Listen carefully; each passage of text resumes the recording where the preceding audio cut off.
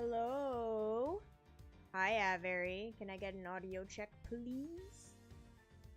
Can you hear me? Can you hear the game? Are we good to go? Or do I need to adjust things? Let me know.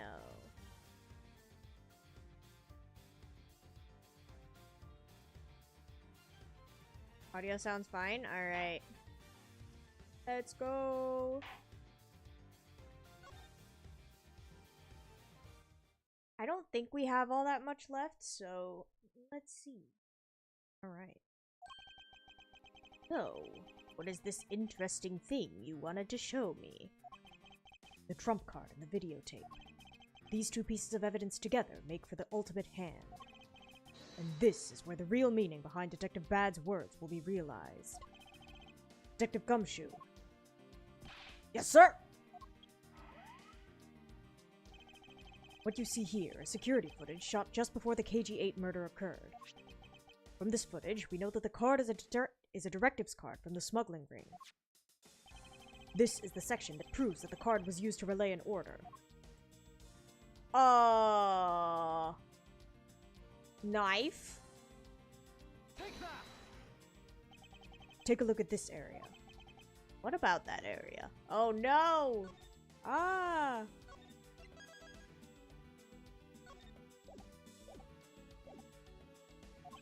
My eyes aren't what they used to be, so I can't see what you're pointing at too well. But from what I can see, it doesn't look like it's related to our conversation. What do you mean? Why else would he have a knife? Okay. What is the vital clue they showed us the card was used to relay an order? Oh, the mark? The mark? Is it just the card, though? Take that! As you can see, Mr. Cochin is holding the card in his right hand. I see. The killer is indeed holding a card with the exact same design on it. But that card and the one you have, just because they look the same, doesn't mean that they are, does it now? But there's a very easy way for me to prove that they are, in fact, one and the same. All we have to do is simply take a look at this. Blood. It's dark red blood. Yes, this is your proof. Proof that the orders on this card were played out in that terrible tragedy. The blood belonged to the victim of the KG-8 incident. With a bit of DNA testing, we can very easily verify that as fact.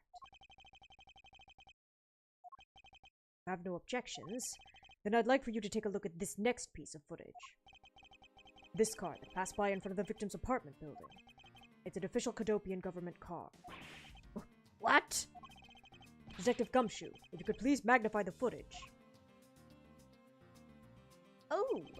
This area of the footage directly links the smuggling ring with Cadopia.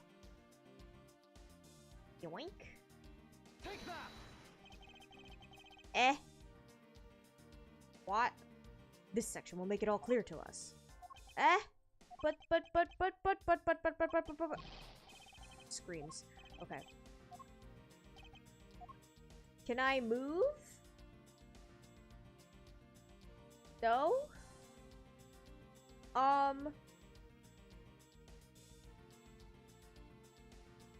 This? Take that! Okay. The shape of this pocket and the derivatives card in it. The directives card in it. It tells us that without a doubt, this person in the car is Mr. Cochin. Grr. The license plate on the car was also captured by the security camera. And with it, we could easily find out who was sitting in that car on that day 10 years ago. Grr. Which is why I can say with confidence that you were riding in this car on that day. Arrgh!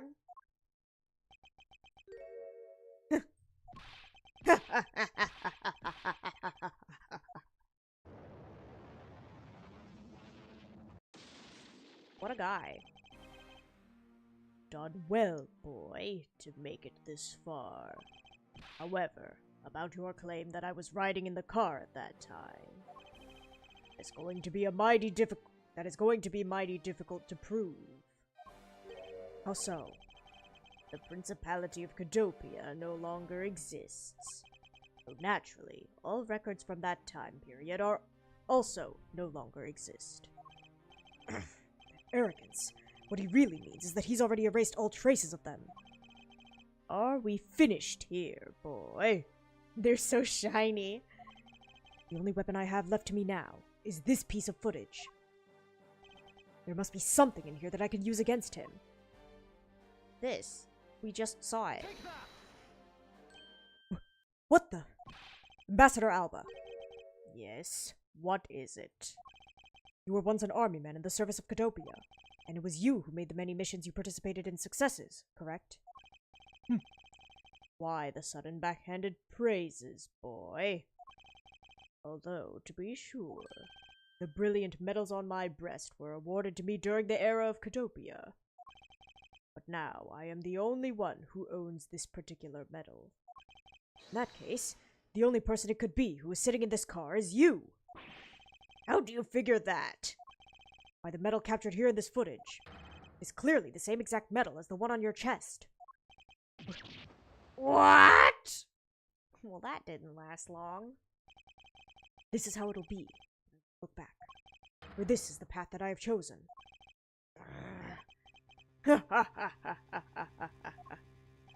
You've moved me with your devotion to this case, Mr. Edgeworth. Why is he taking such an arrogant stance with me? It's almost looking possible, isn't it? For the lot of you to have come this far. It looks like I might just lose our little game this time. You might lose the game this time. You don't get another round, Mr. Ambassador. Is that a fact? Very well. I've decided to confess and admit my guilt. You're going to confess? And I will accept whatever punishment that may come as a result. What the? Regarding the Damask II's murder, I admit it. I did it out of self-defense. You're claiming it was justified self-defense. Damask II attacked me, and I felt that my life was in danger. If I hadn't done what I did, I might be the one you found dead instead of him.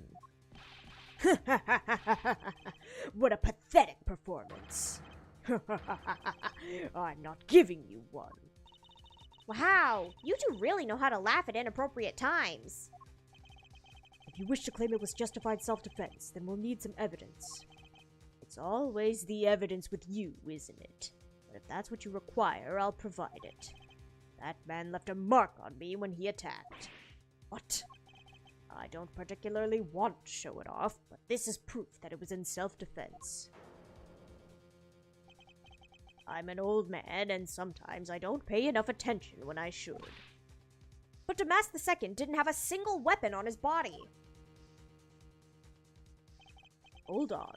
It's nothing to get worked up over, because I hid the weapon.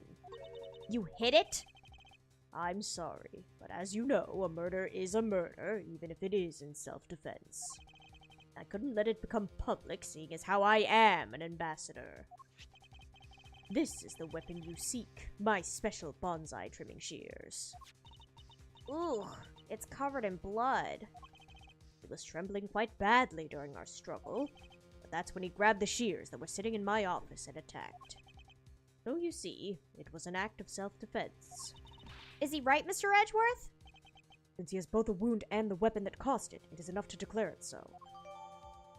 Ambassador Alba claims it's proof he was stabbed by Damask II, so it was justified self-defense. No way! Oh, which reminds me. I guess there is still one more accusation I need to resolve. Smuggling and counterfeiting. Unfortunately, all of this is my secretary's doing. I had no knowledge it was going on. Bro, who even is your secretary? Stop spewing nonsense! You're trying to throw my investigation under the bus in your desperation. If you want to get real honest, everything in this case can be connected to you. The murder of Damask II was done in self-defense. In my trials, no man escapes his crimes alive. Perhaps so, if you are my opponent in court. However, there is one very important fact that I think you may have forgotten. What is that?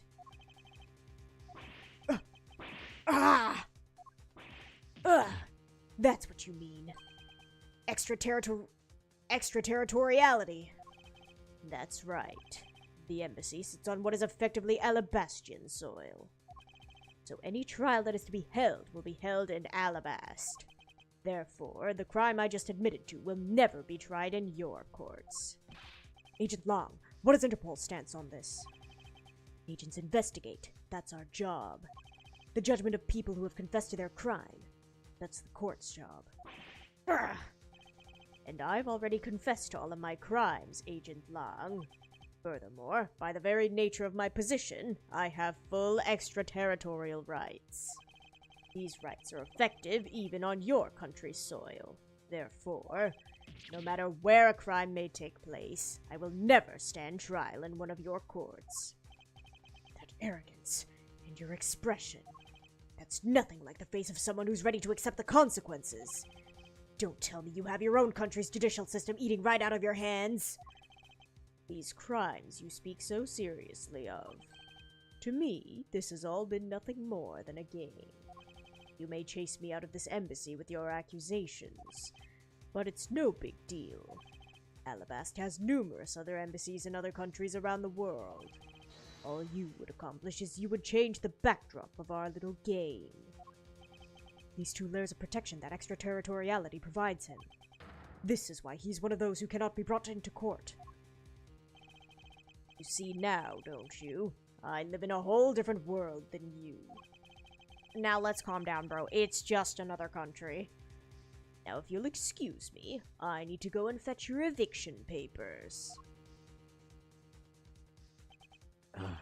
Is there nothing we can do?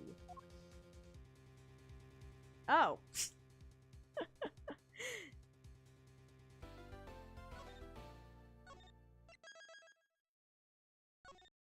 Right. I can't believe it, sir. Extraterritoriality. That is such a big word. Yes, and there's nothing we can really do about that. In the end, we didn't have enough authority to bring him to justice.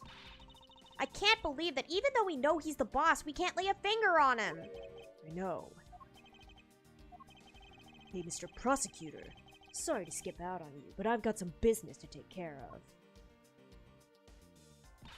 If we can't even give an evil guy like him a slap on the wrist, then what the heck were laws created for? What good are they? If the law can't help us, then I'll go as the Yatakarasu and take care of this myself. Don't you dare! Mr. Edgeworth. Sorry. That was a bit too harsh. I know how you feel, sir. We're trying to take on an ambassador, after all. And he did tell us earlier to get out of the theater. This is kind of their country, I guess. But I feel like I've been slapped across the face for just doing my job. What am I going to do? Should I retreat for now and formulate a better plan to attack? Come on, everyone. We can't give up yet. Okay. I want you to think about something for a sec. We've never let up for even a second, and as long as we don't stop investigating, we might find the rotten treasure hidden here. She's right! Come on, Mr. Edgeworth. You're right, Kay.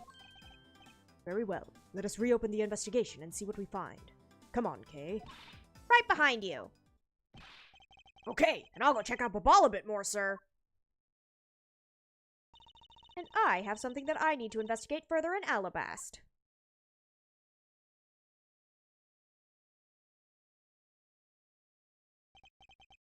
Now then, before I gather any more information, I should do a bit of housekeeping. Passion Flowers data erased from my organizer.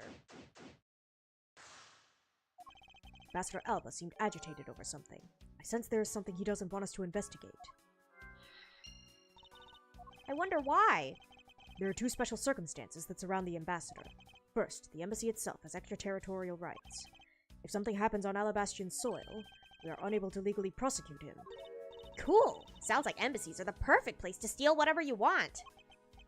And Murder Damas II run a smuggling operation and make counterfeit bills, apparently.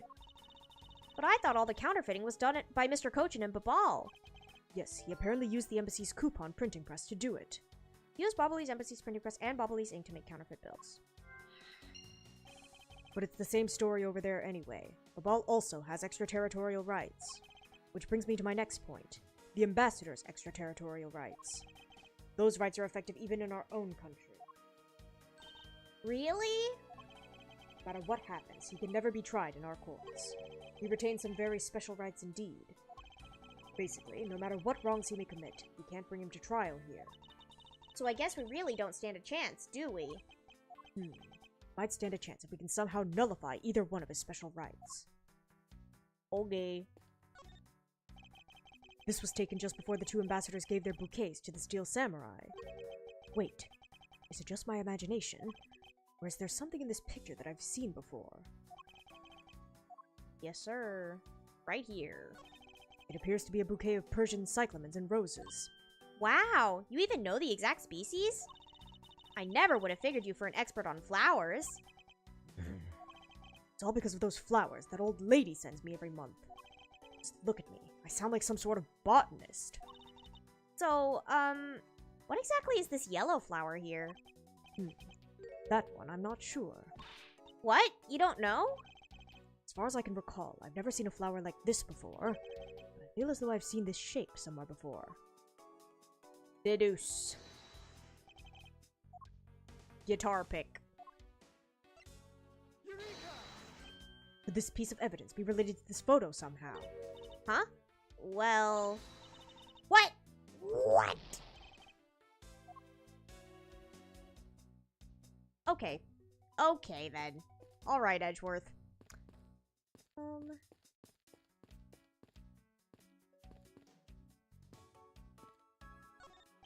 These flowers were sent by Global Studios. Global Studios? It's where they filmed the Steel Samurai television show. They've been producing hit after hit recently, so the studio's being remodeled. Oh, I read about that in the papers the other day. That mascot of theirs is also getting a facelift too, right? What was its name? You mean Mrs. Monkey? Yeah, I thought it was something like that. You really have a great memory. Never underestimate my powers of recollection. Okay. Flowers were sent by a variety of people and businesses to celebrate the Goodwill event. Even the Steel Samurai received some flowers from the ambassadors. There's so many bouquets here. It's like a wedding ceremony. I believe the flowers for these are for a slightly different reason. What do you mean? This event was supposed to be like a wedding between Alabasta and Babal, right? Actually, I believe they're more in a state of divorce. Okay then. This event was supposed to be their remarriage ceremony. I suppose you could call it that. Okay. Agitated Alba... Top to bottom. Why won't they let me do the guitar pick? It's also wet for some reason. Is it like the knife handle, maybe? Do I not have the knives anymore? They took my knives from me! Maybe it's this. Okay. I'm gonna save here, though. I'm losing too many lives. Yeah. Okay.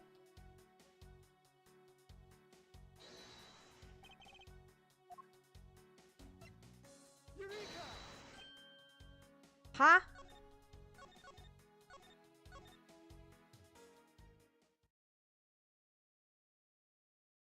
It's the knife handle.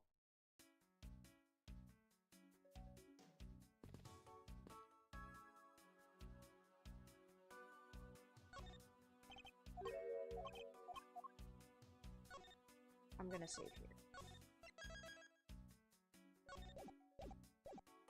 Okay. Mr. Polino has a really great smile, don't you think? I bet he was really happy that they were going to become Cadopia again. Perhaps, but instead he became the greatest victim in today's case. An ambassador like him, who's always thinking of his country, is really to be admired. Yeah, although this happened, I hope they'll be able to reunite the country someday. Hope so as well, but for that to happen, we need to solve this case first. We need to see to it that those guys who would want to harm the new Cadopia are locked away. And we will. There's that troublemaker standing there smack in the center, making two peace signs. Wow, the Steel Samurai stands out even more than the two ambassadors in this picture. Oh hey, the person playing the Steel Samurai is one of your friends, right? Wait, but you just said he. You knew which gender he was, so you must know him, right? beg that you please refrain from talking about that person with me ever again. I can't believe he was pretending to be a harmless old grandpa. Talk about deceptive. I don't suppose anyone expected him to change that drastically. I bet he's thinking of something evil behind that cheery smile. Okay, please try to remain calm and focused on the here and now. Yeah, you're right. Sorry I got all worked up there. Well, the only way we're going to be able to steal the truth is if we keep on investigating. I swear it's this thing.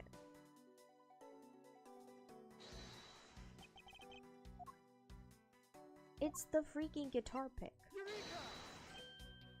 It's... Ah! Screaming, crying, throwing up, rolling on the floor. What is going on here? Okay, deduce. What do I have? Aha, knife. There we go, okay. The ball's national symbol is the butterfly and Alabast is the flower. It would appear that someone is employing the old hide a tree in a forest trick.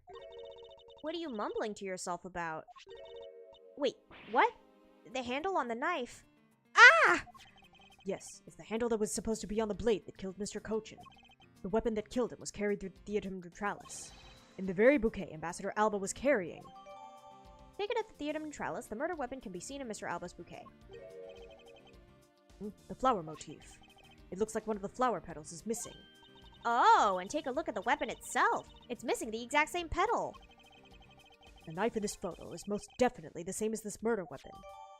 Blade determined to be Alabastian. The flower motif's petals are separate. Okay.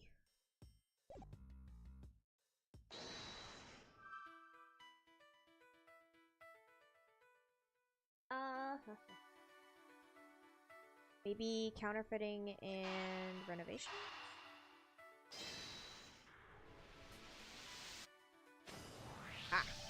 We know that the counterfeit bills were printed using the embassy's press, but the necessary materials, such as the Bobolese ink and paper, must have been hidden in a secure location.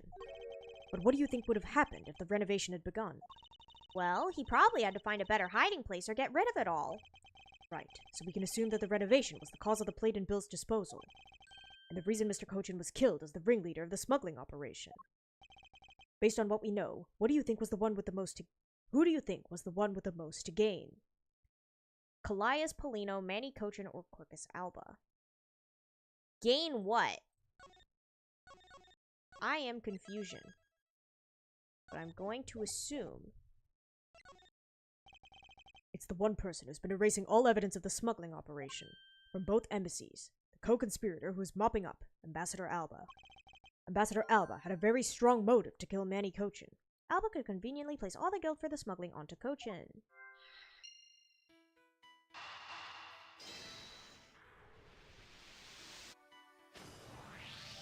The cause of Ambassador Alba's agitation, the rotten treasure we may find, and the motive for killing Mr. Cochin. Miss Yu said herself that she didn't kill anyone tonight.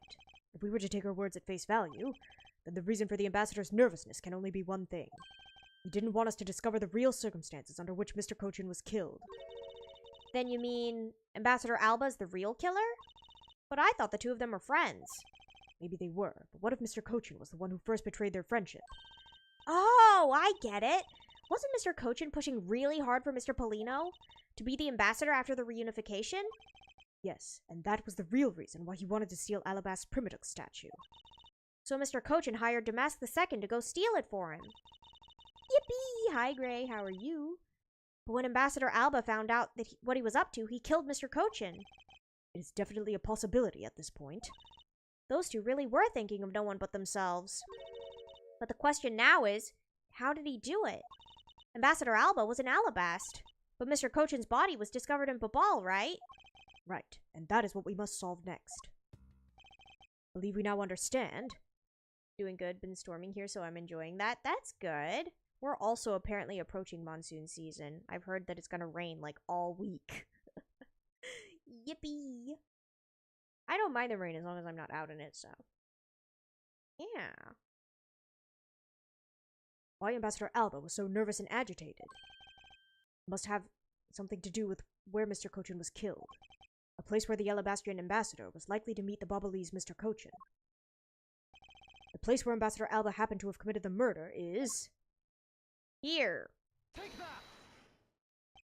The only place that makes sense is here, at the Theater Neutralis. What? Here? The Goodwill event was being held here today, correct? So the only place that the both of them would have been in is here. But if that's the case, then everything changes. This theater isn't actually Alabastian land. So that wipes out one of the extraterritorial rights he has. It makes logical sense, in which case it is a reason for us to investigate further.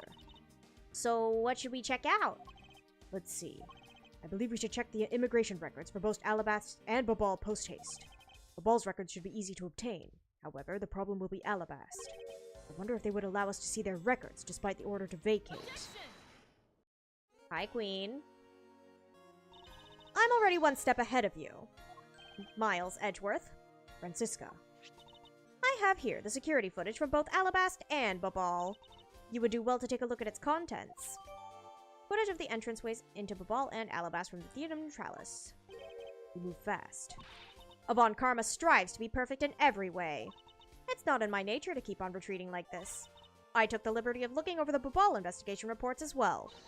From now on, you will make no excuse to back down or say that we can't solve this case. I'm sorry about earlier. We won't be beaten, because my cute little subordinate is going to try his very best, isn't he? Hasn't she patronized me enough already for a lifetime? So this video contains footage from Alabast immigration screening area. I really hope there's something in here that we can use.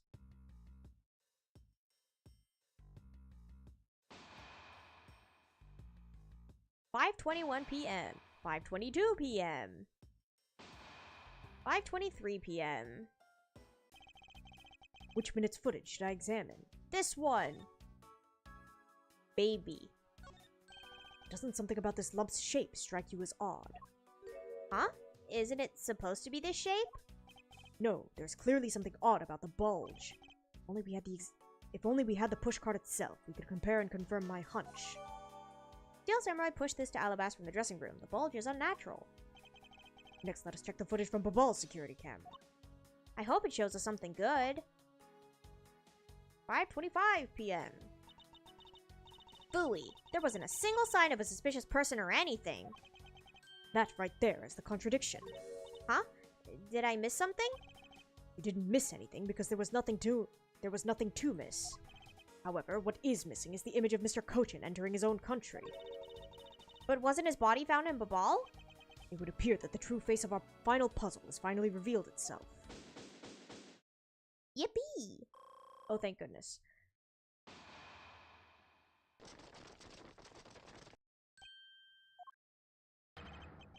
Ambassador Alba. I thought I had asked for you and your group to vacate the premises, Mr. Edgeworth. Actually, I thought I should let you know that this theater sits on my country's soil. You've had your fun, and I've enjoyed our little game. I dare say that you've achieved a new high score, even. However, once you have recorded a score, that same game can never be replayed again. You understand what I'm saying to you? Your game is done, and it's game over. No. Where do you think you're going at this time of night? After admitting to my crime, I was overcome with regret. So I'm heading to the airport now to return home. I'm afraid I can't let you do that. There are still too many issues we need to discuss with you. Can't stop me, Mr. Edgeworth, and you know it.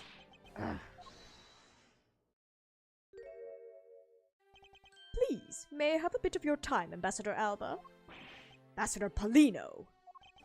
Even just a teeny tiny bit is fine with me. The already strained relationship between our countries is in a precarious situation, you know. Very well, if you insist. I will play just one more round with them and see what they want.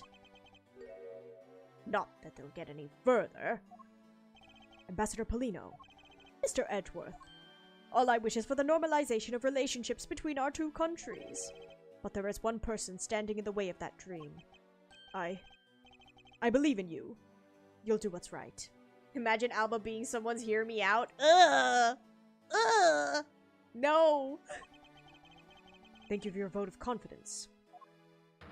I feel like that's almost as bad as Old Bag, you know? Now then, What is it you wanted to ask me about? I do have a flight to catch, after all.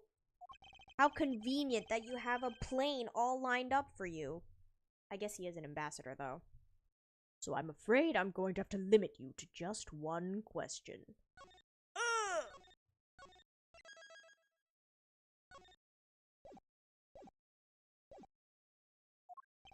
That's more than enough, because I only have one question anyway. I want to hear your alibi and how you couldn't have killed Mr. Manny Cochin. I see. You seem to have a good hand this time around. This should be fun. This really is the very last chance we have to bring him down. I won't allow even an atom-sized contradiction to slip by. Alright, Edgeworth. Lock in. Ambassador Alba's alibi. That's a lot of A's. Frankly, I still don't understand why I'm being placed under suspicion here. Under your hypothetical scenario, Mr. Cochin and I were fellow smugglers. But to get to the point, I was in Alabas the whole time. So it's simply not possible for me to have killed him in Babal. That is my alibi. So that is your alibi? That is correct. It's simply not possible for me to have committed a crime in Babal. Now that we have cleared that up, I'd appreciate it if you would move out of my way. Hold it! I said hold it! What is it this time? I thought I told you I'd only allow one question. You did. Oh. But you still have yet to really answer my one question. What? Till you tell us the truth, I will refuse to budge an inch from where I'm standing. Very well. I'll play with you just a little longer. Miles Edgeworth, as my subordinate and representative of this country's prosecutors, you are forbidden to lose. Of course. That is something I've understood from the start. That guy's the one who ordered my father killed, isn't he? Yes, I believe so. The goal of the first Yatakarasu was to capture the smuggling ring's leader. My father and Uncle Bad. Their legacy will live on. Through me. So that's why we just gotta catch him, okay? We will, I promise. Now, Ambassador Alba, let's have at the truth now, shall we? No matter how many times you ask, my answer remains the same. Okay.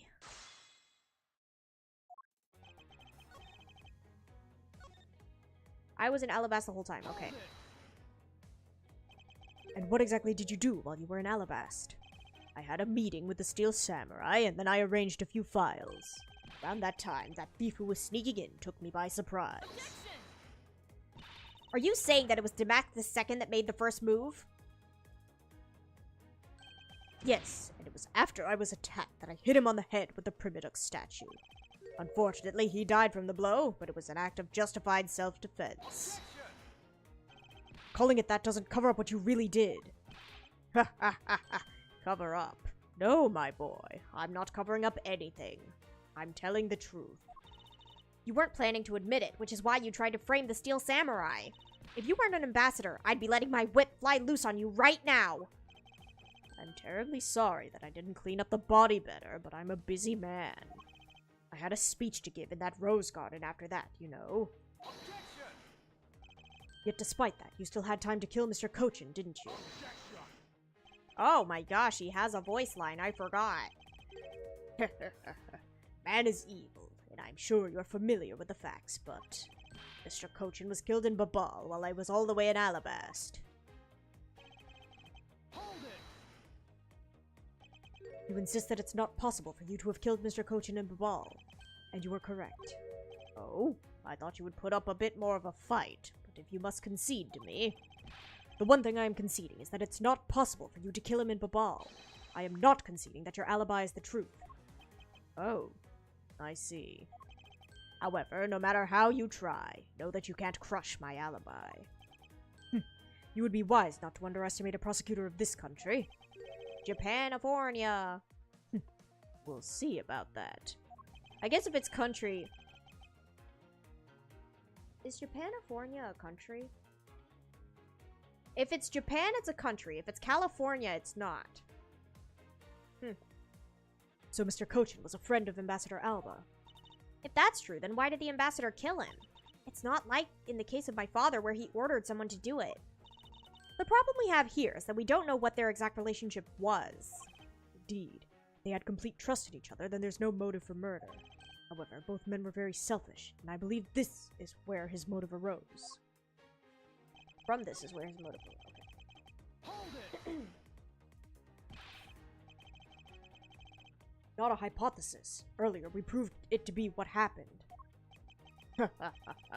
Well, let's leave that one to the side for now, because it doesn't change the fact that I have no motive. Oh, so you really had no reason to kill Mr. Cochin? Want to suppose I had one, then why not? I'll indulge you. After all, this is nothing more than a silly game to me. Even if that is how you see things, I'd appreciate it if you would take me seriously.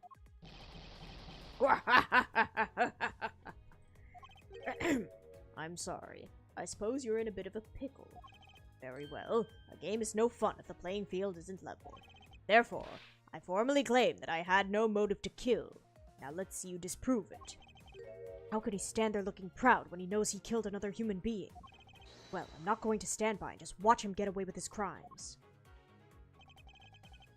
Okay, what motive would I have had to kill my co-conspirator? Oh.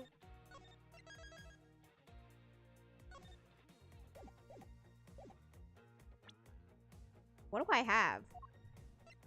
Lump, security footage, commemorative photo.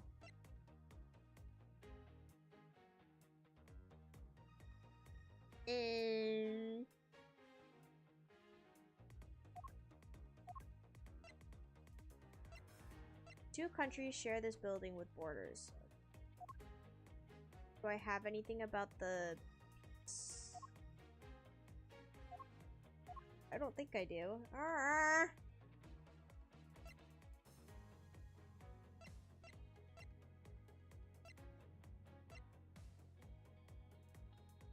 Bills, no.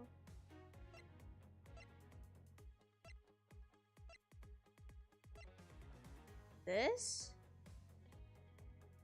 Objection! Aha! Want to know, I believe you did have a motive to kill. It was because Mr. Cochin had betrayed you. But you had your own reason too. Namely, you wanted to pin the smuggling all on him. Evil begets evil, and because you were trying to test each other, it turned into this mess. Objection! I don't believe this. You have a bad penchant for telling tall tales, Mr. Prosecutor. And if you're not, then I suppose you have some proof to support your argument. I never use guesswork in moving my cases forward. It has been proven that this note was written by Mr. Cochin's hand. Shall we take a look at it? The contents of this note. The content of this note is a request calling for the theft of Alabas Primadux statue. By killing him and pushing all of the guilt for the smuggling onto him, you walk away spotless. I believe you understand what I'm driving at. You had more than a few reasons to kill him. Objection! Finish with your hypothesizing. Excuse me? Let's suppose I did have a motive. Even so, a motive or a thought alone can't kill. That right. I didn't expect him to resort to playing the semantics game with me. It appears that this is where the real battle will begin. Now then, if you will excuse me. Wait, what? I told you at the very beginning, didn't I? You only get one question. Ugh. Ambassador Alba, if you could please give us just a bit more of your time. It doesn't matter what kind of man Manny was. He was my subordinate. Which is why I would like for us to figure out the real cause of his death. I like how Polino is completely unfazed that Alba is now standing up straight and looking like a general. It's like he knew the entire time. That is something for Babal to figure out, and something to which I have no relation to. So cutesy. Now he's even turning down a request from Ambassador Polino. I'm very sorry, but it seems that now even my voice falls on deaf ears.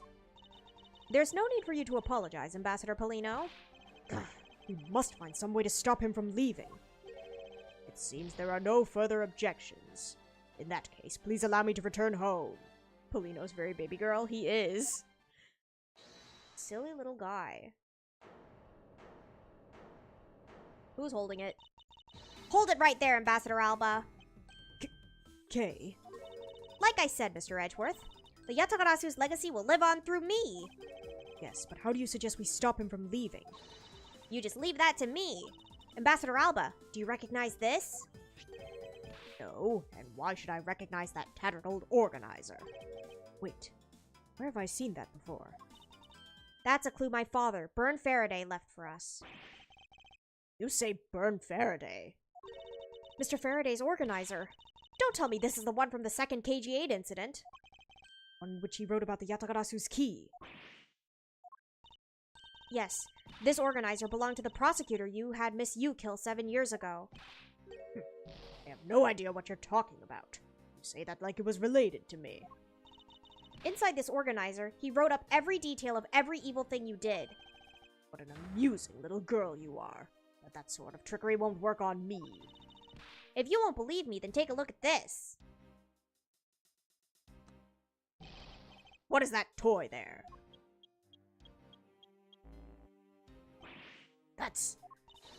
This thievery device was used by the Yatagarasu, or rather, by my father. Where's the dramatic wind coming from? 7 years ago, he used this when he snuck into this embassy. What? These 2 pieces of evidence that hold information the Yatagarasu dug up on you. If you go home right now, I won't hesitate to send it all to Alabast right behind you. Little girl, get to the point. I want you to go up against Mr. Edgeworth one more time. If you win, then I'll hand over these 2 pieces of evidence. Yatagarasu, ever the thorn in my side. Hey, does that organizer really contain any information on his dirty dealings? It's nothing case-breaking, really. Ah, then it was just a bluff.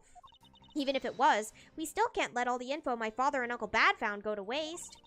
Plus, just the existence of Little Thief is troublesome enough for him. Those 2 pieces, aren't they keepsakes of your father? It's okay. I believe in Mr. Edgeworth. He'll come out on top in the end. Hey. When the going gets tough, someone's gotta be there to put the wind back in your sails. After all this time, you're still quite the feisty one. I applaud your powerful nature. I refuse to lose this too. Ambassador Alba, you won't be returning home until you give us further testimony. How dare you all, barring a person like me. Ambassador Alba, your testimony, if you please. All right, but this is the absolute last. Then, even if you use all the power of Ambassador Paulino's office, you won't stop me. Can't let this opportunity Kay has created for me go to waste. Alba's Alibi Part 2. Last time I met with Mr. Cochin was here at the Theater Neutralis. After that, I was in Alabast for the rest of the time, as I stated earlier. In any case, I did not see Mr. Cochin again after that. But you see, there's no time span in which I could have killed him. Wouldn't you agree? Now, since you people were practically begging, I'll allow you to question me. What an arrogant old man. Yes, but no matter. We can't allow this chance to escape us. I will warn you, though. You've reached the end of my patience. Waste my time and with any inane questions, and you will be punished. Oh, so any needless pressing or presenting will hurt our case. In that case, the only thing you could do is present the correct evidence. Understood? Of course. I don't intend to let him intimidate me. I know Mr. Cochin was killed before he returned to Babal. In which case, there is only one statement to which I need to present the evidence. Edgeworth says that, but I'm scared.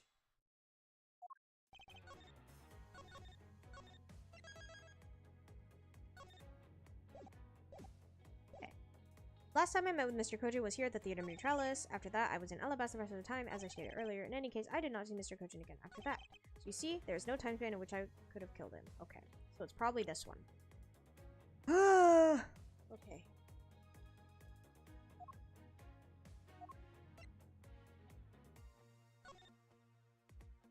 I don't have an autopsy report. Screams. Okay.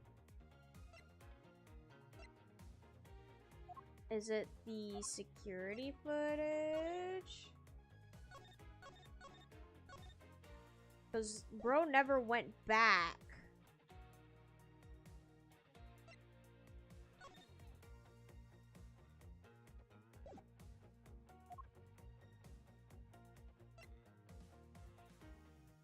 commemorative photo was taken at the Theater Neutralis, and you can see the murder weapon here, but, like, does that prove the time span? I don't know. Nope! This is why we save, guys. Alright, I'll try the commemorative photo, I guess.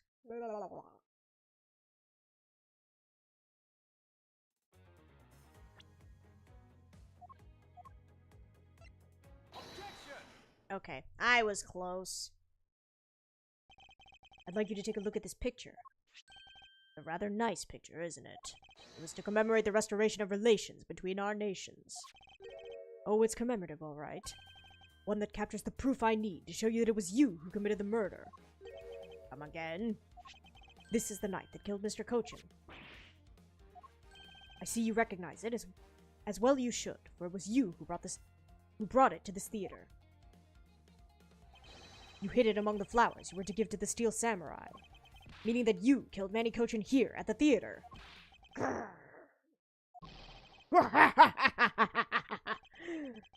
It's time for me to catch my flight.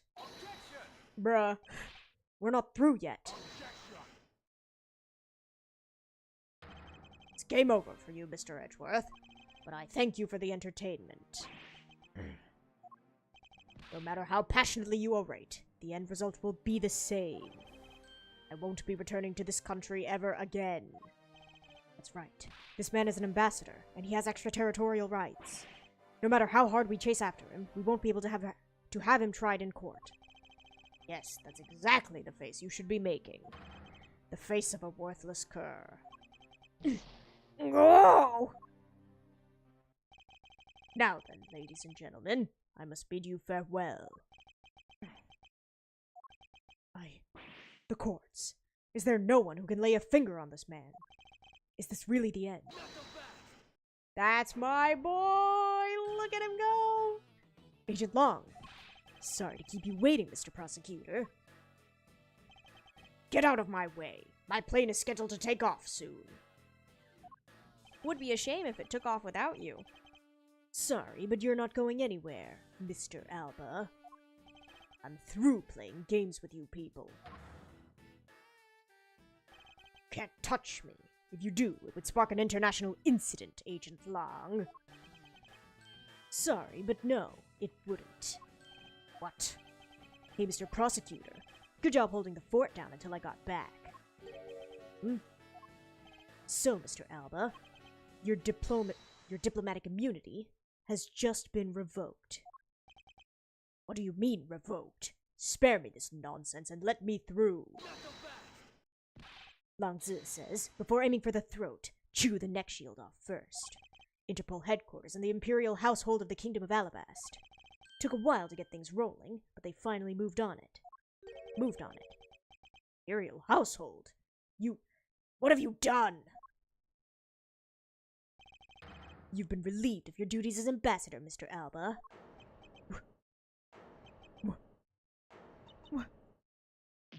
What? Effective today. Effective right now. And you have Mr. Prosecutor's videotape to thank for this. The video the Yatakarasu protected. You can't be arrested simply because you're an ambassador. In that case, I thought I'd strip you of that title. You underestimated me, a descendant of the founder of detainment philosophy, Langzi. 4,000 years of deeply entrenched connections and networks around the world have really paid off. Bro shriveled. It can't be. I don't believe this. My ambassadorship has been revoked. Looks like you've finally come to grips with your new standing. Woohoo! Looks like he's turned docile again. He's probably in shock from the loss of his shield. What a shame. I had so wanted to use my whip on him. Why is this happening to me? I'm just a hard-working, honest ambassador. Do you really think you could still pull that on us now? We've already ripped away the mask and seen you for who you really are, Mr. Alba. He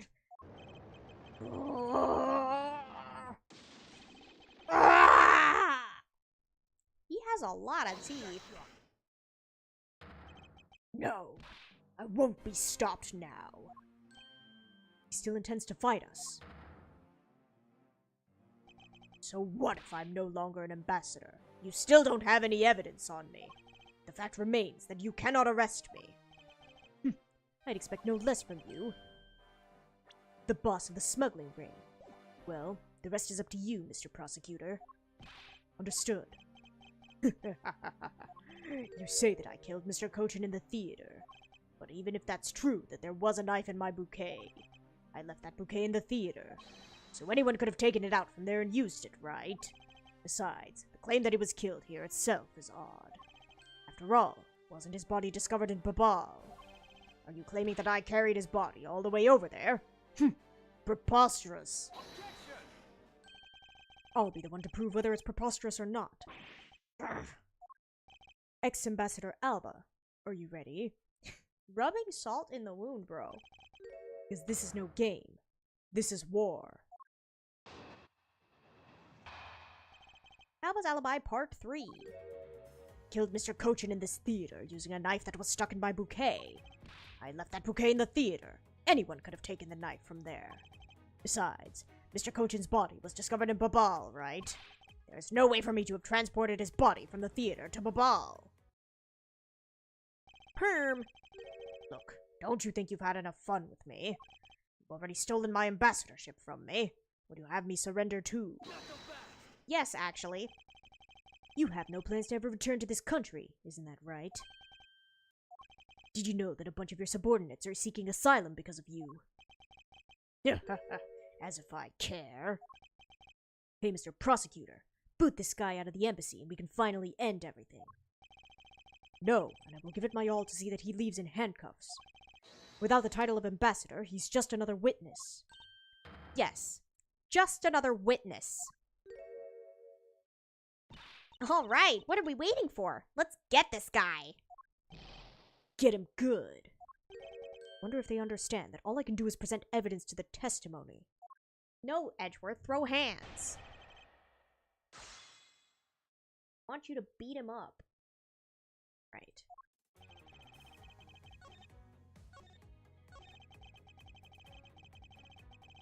Okay.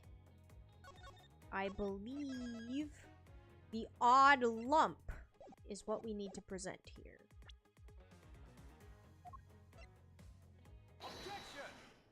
Teehee. Actually, I do believe there was a way to transport the body out of the theater. Perhaps you should give this a look. What is that supposed to be? It's footage from a security camera that captured the state of the immigration area. And I congratulate you on getting your hands on it. Just letting you know that we're not the only ones watching your every movement. Thank you for the warning. Now if you could please take a good look at this section here. This lump here inside the pushcart. Do you know what was causing it? Should I? Because I don't. In that case, allow me to enlighten you. This is the cause of the unnatural lump under the cloth in the pushcart. Body. Take that. What is the meaning of showing me that? It is to say that the unnatural bulge in the pushcart is Mr. Cochin's body. You add the steel samurai, wheel his body away from the real crime scene. What a guess. But I wonder if you have any evidence to support it. I admit that for now it is but a hypothesis. However, if you can't prove it, then I'm afraid I must be on my way. Don't have any more time to play with you people. What a hero. Sorry it took so long, Mr. Edgeworth, sir! Gummy? Detective Gumshoe, is that the Steel Samurai's pushcart? Yes, sir! I found it in the open-air stage area. So that's where you went. The detective spirit that pops up left me with... Huh? What? The detective spirit that Pops left me with. I thought I'd follow my gut and go with it, sir. So, Mr. Edgeworth, is this worth anything to the case? Yes, it just might play a major role in solving this case, detective.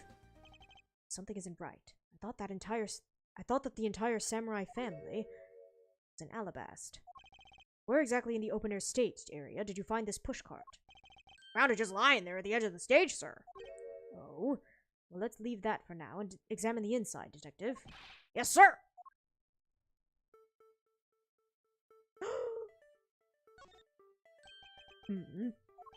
It's blood! This must be Mr. Cochin's blood, which only goes to prove that Mr. Cochin's body was indeed transported by this pushcart. I believe you understand what this means, correct? You killed Mr. Cochin at this theater and then placed his body inside the pushcart. And then you forced the Steel Samurai to unwittingly move the body for you. I forced him to move the body into Alabast. What nonsense! Why would I bother to do such a thing? You were scheduled to make a speech in Alabast, meaning it was difficult for you to make a stop in Babal. However, what if you moved the body to Alabast? Because if it was your embassy, you could keep an eye on it and tamper with the evidence. And then you smuggled it out of Alabast. No! If I can show you how you moved the body from Alabast to Babal, then I win. But you can't! The security between the two countries is incredibly tight. I'll be the one to judge whether I can or cannot prove it. And so I ask you to provide us with testimony regarding your movements after you return to Alabast. Miles Edgeworth, have you figured it out? Do you know how the body was moved? To be honest, I have nothing to support my hypothesis at this time. However, I don't believe I've made a mistake in my logic up to this point. Which means... There's no question that can't be answered, right? The primitive statue was smuggled successfully through a brief flight through the air. So why shouldn't there be an answer as to how the body was moved? Which means that there must be a logic flaw somewhere I can exploit. Movements in Alabast. After I returned to Alabast, I had my picture taken with a Steel Samurai shaking hands. Then, just as I was about to start my speech, the Yatakarasu appeared. Feared for the national treasure, so I raced back to my office. Is that all? Yes, that is all. It looks like you left out a few things, such as the murder of Damask II. Furthermore, you left out the part about meeting with me in your office. Ah, those trifling matters. I don't believe I need to speak of those things again. I do so hate to waste time. What? Is not every life precious? Do you really need me to answer that for you? People like you cannot be allowed to wander freely through society. Then you'd better try hard, because I doubt you'll find a single contradiction. He's really full of himself, isn't he? Yes, he is. How can he be so confident at a time like this? Come on, don't be shy. Go ahead and ask whatever you'd like. Okay, sure.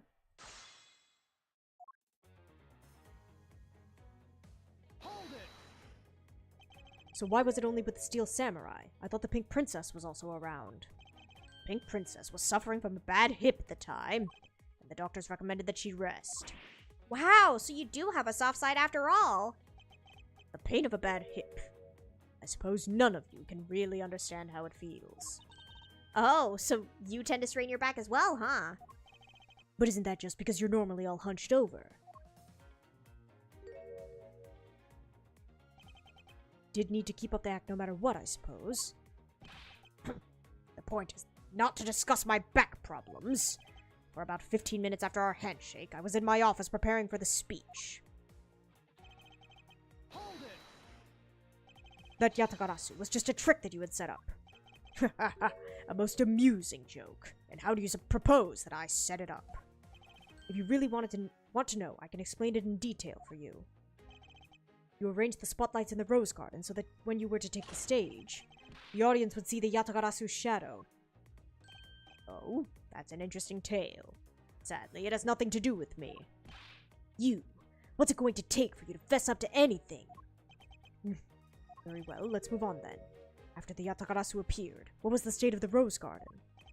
Everyone took refuge inside the embassy. I even helped with the effort. And then, once everyone was inside, well... And what happened after you returned to your office?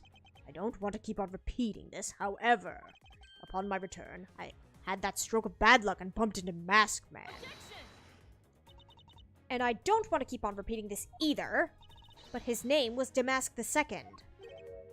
Who cares what he was called? The time he got to the primitive statue that he was supposed to steal, it had already been swapped for the fake.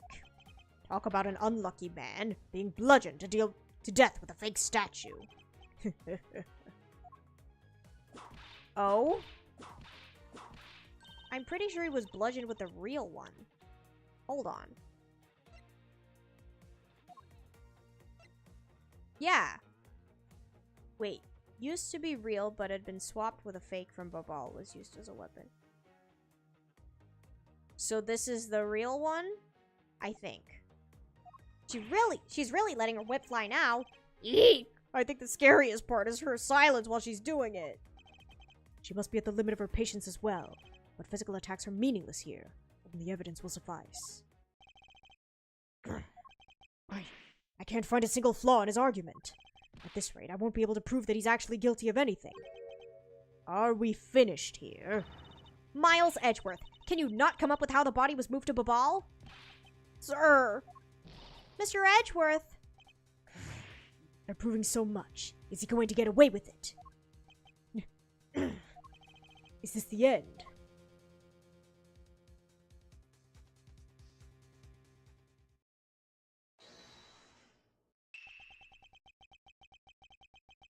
Who is this? Oh, okay. It appears that we made it just in time. It would be a great honor if you would allow us to be your allies in battle. Evil Magistrate, it's time for you to pay. It's the Steel Samurai? No, you're mistaken, for I am Steel Samurai Daddy, married man of Neo Old Tokyo. And this is Pink Princess Mommy. Edgy Poo! Oh! The two people that I wanted to see the least. Larry! What are you two doing here? Way to show your gratitude, Edgy! We just wanted to help! Yeesh! I'm gonna get the bad guy with a single thrust of my... Go away! How could you be so mean to us, Edgy Poo? All three of us came to lend a hand, and this is how you treat us!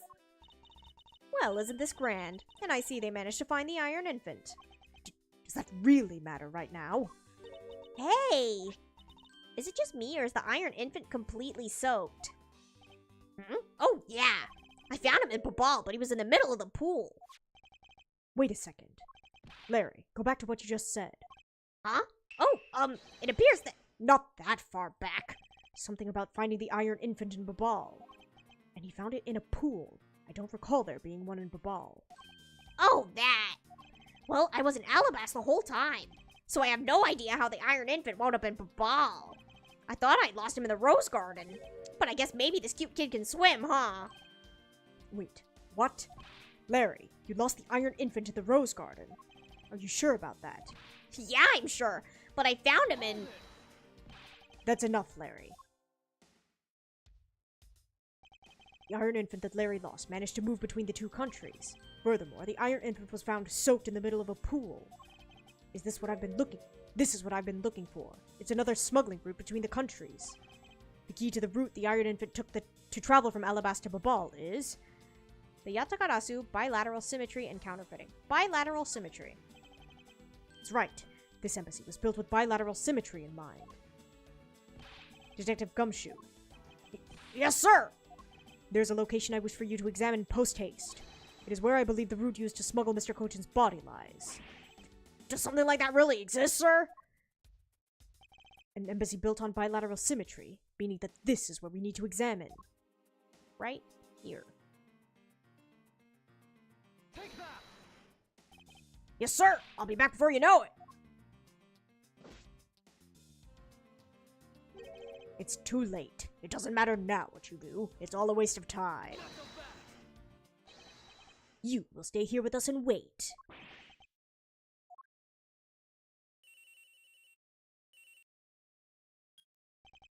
I'm surprised Edgeworth's ringtone is not the Steel Samurai.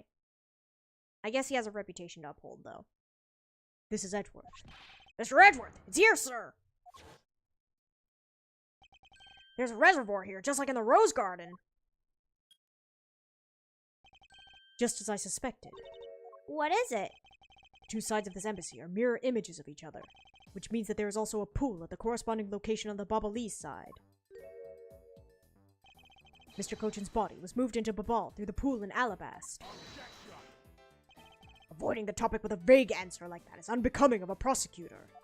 If you don't mind, I'd like to see more physical proof if you have any. The Iron Infant is positively soaked in water. Why do you think that is? It's because he was fished out of a pool, and not just any pool, it was the Babalese one. I think it's pretty obvious at this point what must be true. The water reservoirs in the two courtyards are connected. And where's your proof that the true sides are connected? The proof is right here before your eyes. The half-drowned Iron Infant. This blasted doll! Mr. Edgeworth, I'm back! Hey. Don't tell me you guys figured everything out without me. We did, thanks to this hero of justice's son. Even if he's just a doll, he managed to help foil the villain. Hey, Mr. Prosecutor. Look, I don't want to say this, but it's kind of unlikely that the body just happened to have passed on through Babal. This guy's a doll and he's small, so I believe it can be made. Well, I believe it made it, but he has a point. Yes, that's right. I'm glad someone here understands. Mr. Edgeworth, are you going to next propose that a dead body can swim through a pipe? You see, Mr. Prosecutor, our chase after this man is far from over. Agent Long. Why is he helping Mr. Alba out now?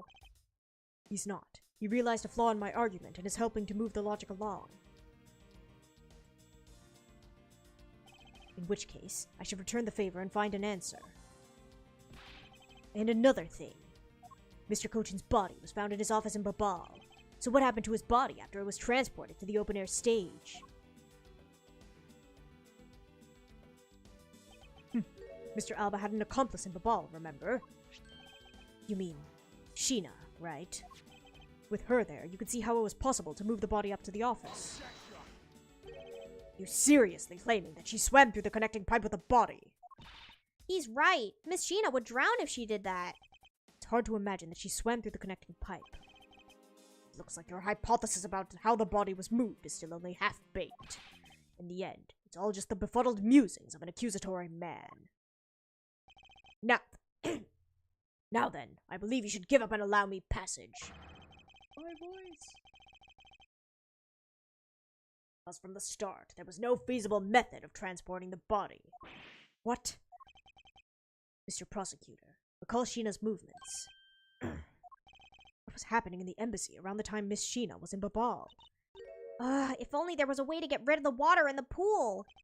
Get rid of the water? Ha! That's it. Now I believe this time we're really done, right? Unfortunately for you, it's far from over, Mr. Alba. You are a most persistent man. You saying that you've thought of a way to move the body through the water.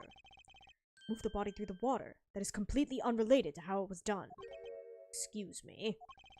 The reason I say that is because there wasn't any water there at the time.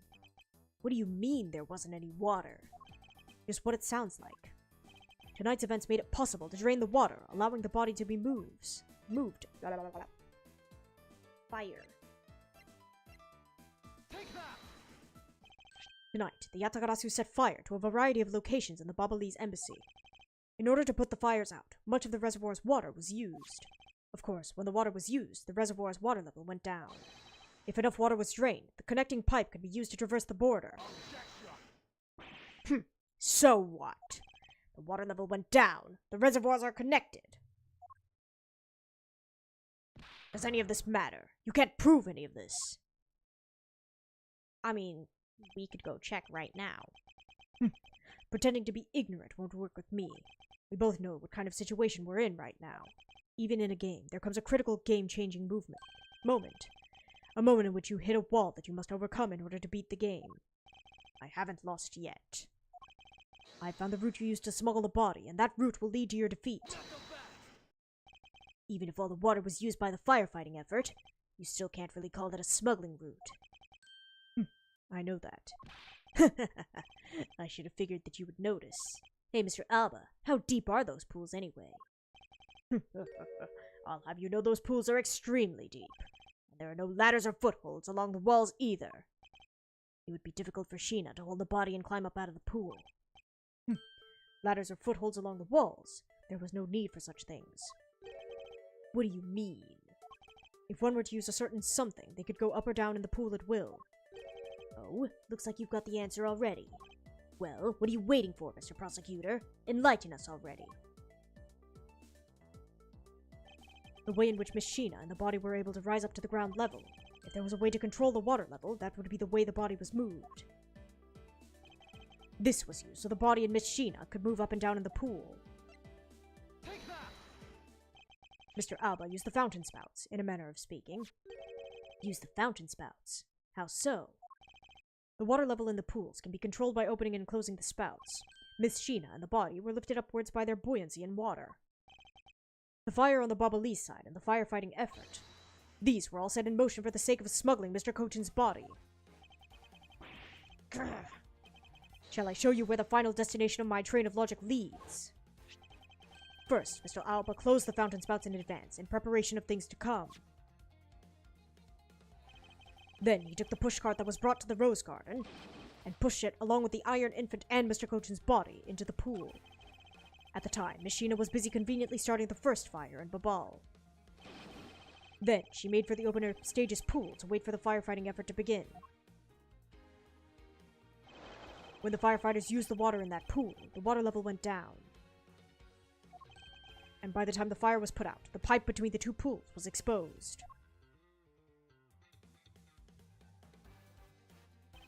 This is when she pushed the pushcart from Alabasta into Babal. Once that was accomplished, Mr. Alba simply opened the fountain spouts once more.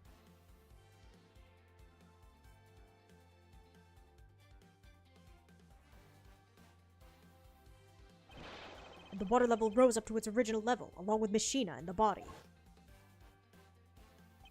After that, Miss Sheena used the pushcart to carry the body up to the Secretariat's office.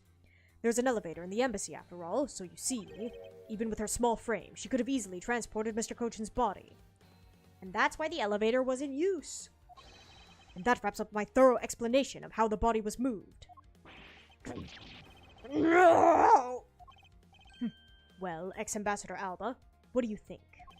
Not so untouchable without your precious extraterritorial rights to protect you, are you? I knew you could do it, Mr. Edgeworth. Way to fight back. You accuse me of moving the body across country lines, but when you get down to the nitty-gritty, you don't have what it takes to indict me. The nitty-gritty? What does the old man want now? Proof, I believe, is what he seeks. Yes, proof. Without any, who is to say whether or not any of what you just said really happened? He wants proof. What are you going to do, Mr. Edgeworth? No need to worry. I've had all the proof we need all along. The body wasn't the only thing to go through the pools connecting the pipes tonight. Just as Detective Gumshoe found the pushcart in the open-air stage area, so too did I find one other item there. That piece of evidence is what'll prove that the pools were the smuggling route. This was another thing that was smuggled over to the Babal's open-air stage. Take that! What exactly is this? You have no idea, do you? This little piece that I found on the Bobolese side will be your undoing. Tarpic. Would you care to explain how that is going to do me in, as it were? Much to your chagrin, perhaps, but this is not a guitar pick. What? This is something I found at the open-air stage, which was transported with the body. I naturally assumed that you would recognize it, since you took a photo with it after all. But since you don't, allow me to show you what this fragment from the stage area belongs to. Take that! Let us take a good look at the murder weapon that was used to kill Manny Cochin. On the handle of this knife, there's a beautifully blooming flower. However, it would appear that it's missing a single petal. Now let's see what happens when we try to fit this pick in that open slot. It's a perfect fit. I assumed that the petal must have fallen off the flower during Mr. Cochin's murder, and then it was accidentally placed into the pushcart along with Mr. Cochin's body. That's An interesting story, nothing more. Oh, I assure you, it's more than just a story. Because for some odd reason, this flower petal was wet when I found it. Wet, you say? Yes, and the only place it could have gotten wet from is the open-air stage's pool. Now I ask you, how did a part of the weapon, which was smuggled into the theater, wind up in the open-air stage area on the bubbly side of the embassy? I don't think I need to waste any words explaining this, as the petal explains it all for me. It proves that someone went from the Rose Garden's pool on, through into Babal. Impossible! The people of Zhongfa have been waiting to see you face to face, Mr. Alba. I'll tell everyone back at home we'll be there soon. You should be happy. Why? Why? It's a little late to be asking that question. You should have known from the very beginning, when you took your first life. No matter how you may plot, or how you may try to cover it all up, you can never hide from your crime and what you've done. Because we're here to see to it that justice is served to people like you. Can't call what you've given a perfect argument. You know, I don't think this guy's going to ever admit to his wrongdoings, Mr. Edgeworth. Because he values himself above all else. People who can't be negotiated with are people who refuse to admit when they've lost. I don't believe those kinds of people really exist, because everyone breaks eventually.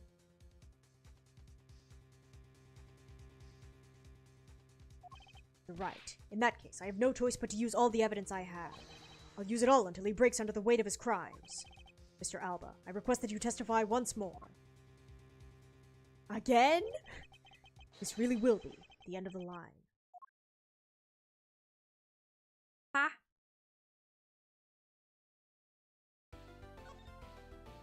Well, lock in, guys. The final testimony, Quercus Alba. Mr. Alba, I request that you testify once more. As if there's anything else for me to testify about. I still have yet to fully prove that it was Mr. Alba who murdered Mr. Cochin. Well, I would like to hear about your movements before the murder occurred. I wonder if you could tell us about what you did here at the Theater Neutralis. Very well. I suppose I could tell you about that. Because about all I did was watch the Steel Samurai stage show. Elaborating on that even that alone is good enough for me. The only way for me to place this man under arrest is to pinpoint the exact location of where the murder took place, for that is the key to this investigation. Steel Samurai show. I watched from the last row. The stage was well lit, but it was dark out in the audience. I swear I was there in the audience, but it's hard to prove that, I suppose. I do remember the contents of the show very well, though. Is that proof enough for you? Those moving scenes were seared into this old man's heart. I'll never forget them. So you were in the theater proper, watching the Steel Samurai stage show, were you? Of course I was. I have great fondness for the Steel Samurai. Yeah, I was pretty cool up there, wasn't I? You're not the one who was cool. It was the Steel Samurai who was cool. Yeah, and the Steel Samurai's special finishing move today was really something, huh? Hey, Edgy! Who is she? Who's the super cute girl? She is a child. Larry, calm down. She is 17. She's been standing here this whole time, and only now he notices her. Her name is Kay Faraday, and she's helping me in my investigation. Sorry I didn't get to introduce myself earlier, but better late than never. Yeah, it's okay. I'm Larry Butts. Silence in the peanut gallery. This is no time for such trivialities at a time like this. Mr. Prosecutor, this is the final battle. You got that? No, this is the end. For that man there. Now that's the kind of thing I like to hear. I think I'll give trusting you a try, Mr. Prosecutor. Or rather, Mr. Edgeworth. I leave this critical battle up to you, Mr. Edgeworth. Have no fear. I will finish the job. Besties. This really is the endgame. Time has come to expose every last one of Mr. Alba's lies. Alright. You remember the show? Prove it. Well, I remember the contents of the show as well myself. That's nice. That's nice. Miles Edgeworth, don't allow yourself to be riled up by him at this important juncture. I wasn't planning to let him. Well, if you ask me, I think I'm the biggest Steel Samurai expert around here. And didn't you think the climatic scene of today's show was just totally awesome? Yes, I remember that well. And that spectacular special move. The way you deliver the final blow against the evil magistrate. Early summer rain jab. Oh, that scene will live on in my heart forever. Is that how it went? I totally forgot about that. How can you forget your own special moves? That's the special attack that the Steel Samurai uses when he's using the Samurai Spear. Yes, and today was the first time they showed it off, was it not? If I hadn't watched the show, then how could I answer you with the name of the move? I suppose you are correct, but if you could, please elaborate on this point for me. One of the scenes of the never-before-seen early summer rain jab move. Is that so? I beg to differ. Objection! Silly man. The special move today was the early summer rain jab. Is that your final answer? Objection! Little irritating gnat. Do you think you can trip me up by asking the same question over and over? That was not my intention. Your testimony is more than sufficient. However, I believe it would be wise for you to take a look at this. Samurai Spear. What about it? This spear actually never made it on stage today.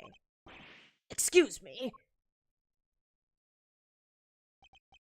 Unfortunately for you, tonight's Steel Samurai happened to be a goof of a young man with an abundance of useless hot-bloodedness. Having said that, said useless man bent the spear during his rehearsal this evening. Kay, do you remember what the Steel Samurai's special move was tonight? Larry the Goober, indeed. It was the Steel Samurai Sushi Slash. Ah! Correct. Because he couldn't use the spear, a last-minute change was made. Had you really been watching the show, you would have known the move that was used. Porcus Alba, you didn't watch even a single minute of the Steel Samurai stage show tonight, did you? Because it was a complete train wreck. So if he wasn't watching the show tonight, then it opens up the possibility that he was busy killing Mr. Cochin instead. so where were you during the show? I demand an answer, now!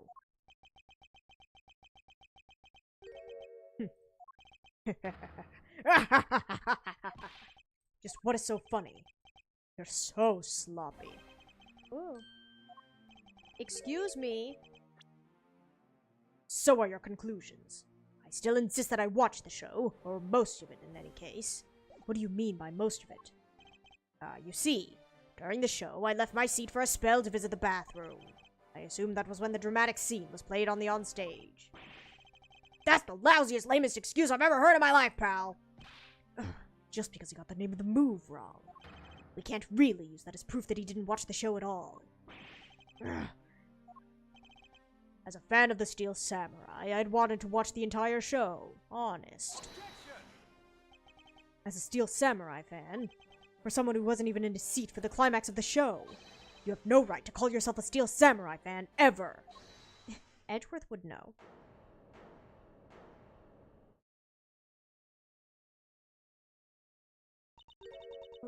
Who was that just now? It would be I, young lady! Larry, what are you doing interrupting me like that? Edgy, please, hold on for a second, I beg. You may never accept this old man as a Steel Samurai fan, but I totally think he's a Steel Samaniac. What exactly is a Steel Samaniac, pal? I believe he meant to say Steel Samurai Maniac. Yeah, and trust me, I know a real fan when I see one because I'm the Steel Samurai. I will never acknowledge you as the true Steel Samurai. What are you getting so worked up over, Mr. Edgeworth? It appears that the real Steel Samurai recognizes me as a fan. Well, as he should, for I am a fan. It's not as though I missed the entire show. It was a most amazing show, filled with the spirit of the young and the young at heart. The sarcasm dripping from his long wooden nose couldn't run any thicker. Getting the name of the move wrong only proves that he didn't watch the last scene. What I really need here is something more definitive.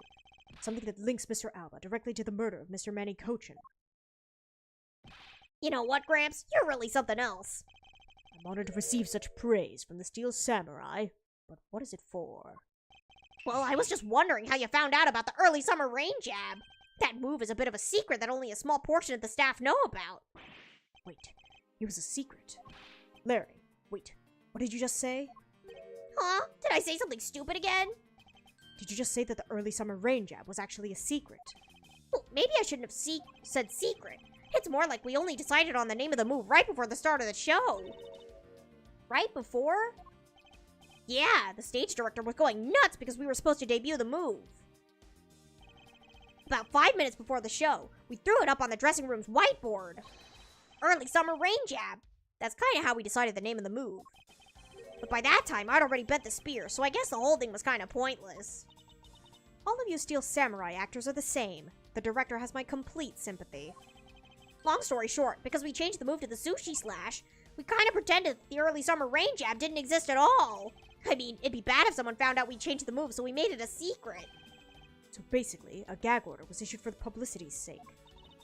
It almost makes the early summer rain jab sound like a lost art. Yeah, which is why I think most of the staff haven't even heard of the move. Hold those lips of yours still. What the heck, old man? Done nothing but listen, and from what I can tell, it's all very unrelated to the case. It's also very tedious and a pointless exercise and wasting time, much like a kid's show. Bruh, you just said you were a fan. Mr. Alba, I believe you're the one who should be... I believe the one who should be quiet now is you. How dare you! I suspect that you've already noticed exactly what the very severe implications are in this man's testimony. Ha! So now you try to bully me, huh? There are no implications to be read into a behind-the-scenes story of a kid's show. Don't even think about trying to slither your way out of this, Quirkus Alba. You were the one who said it yourself. The name of the move was Early Summer Rain Jab. But that name was only decided upon right before the show was about to start. So, just what are you driving at? That the name of the move you told us was never used in the show or said aloud. Now then, would you care to tell us about how you found the name of the move? Because I can only think of one way you could have known.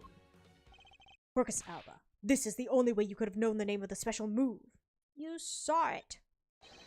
You knew the name because you saw it. You saw it on the dressing room's whiteboard. The staff members who knew it were keeping it a secret, so you couldn't have simply got up to a staff member and asked. Which meant that the only other option left is that you saw it on the whiteboard. So that means that Mr. Alba was there at some point, right? But what's the big deal, sir? I don't see what that means. There's another piece of evidence that has a great deal to do with the dressing room, so we can't afford to let this slide. This is related to both the dressing room and to Mr. Cochin's murder. Take that! The pushcart that was used to move the body was right there in the dressing room. During the show, the pushcart awaited its turn to be pushed on stage in the dressing room. Lump! And it was finally pushed there, along with the Iron Infant in the last scene of the show.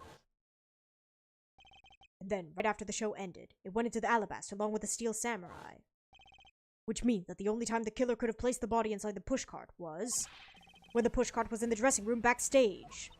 So basically, the killer had to be someone who visited the dressing room during the show. Precisely. Oh, but wait! What if, and this is just a what if the murder took place right in the dressing room? What do you mean, Kay? I have to admit, she brings up a valid possibility. During the show, the dressing room was supposed to be devoid of people. Slipping undetected in a private dressing room, then, would be as simple as pie. The killer must have come up with the idea to move the body with a pushcart then, too. Correct, thus making the theater's dressing room the ideal location for the murder of Manny Cochin. Quirkus Alba, during the show, you went down to the dressing room, and I want to know why. Yes. Yes, I was there. I went into the dressing room. I knew it! I'm placing you under arrest right now, pal! You got that? Arrest! Not so fast. What is it now? Don't I deserve a chance to explain myself? Explain? What is there to explain? Believe I told you earlier that I went to the bathroom. Well, I got lost when I did. Wanted to ask for directions, but when I opened the dressing room door, no one was inside. And that was when I saw the name of the move on the whiteboard. You punk. Still trying to get out of this. Bro, this is literally your embassy. What do you mean you got lost? Do you really think you could get away at this point? Mr. Edgeworth, is there anything you could do to stop him? I don't have enough evidence on hand to do anything. I don't have the airtight evidence I need to put this man away for good. If that's what I need, then perhaps... Agent Long, I believe an investigation of the dressing room in question is in order. It's possible that we may find new evidence there. Yeah, if Mr. Edgeworth pokes around in there, I'm sure he'll find some new facts, pal. Ooh, and if we use Little Thief, we may even learn something from a recreation. We don't need to do any of that. What? Wolfie, how could you? I'm not saying this to be mean. It's just that we've already searched there. My men really are something else. And they found nothing? There's only one thing I can say to you, sis, and it's that they found nothing. That's it. I guess you're right. If they had found something, they would have reported it to us. They couldn't find anything because there was nothing there to find. And if there's no info to feed into Little Thief, then I can't do much help either. I can't do much to help either. Is this the end? The murder took place in this theater, which is not protected under extraterritorial rights. The fact that it was Mr. Alba himself who committed the murder. I can't prove both statements to be true. Mr. Alba walks away as a free man. Is there no other course of action left to us? It appeared that your hand of cards has turned out to be a bust. Now if you'll excuse me. Because of you people, I missed my flight. Now I must make haste to arrange for a new one.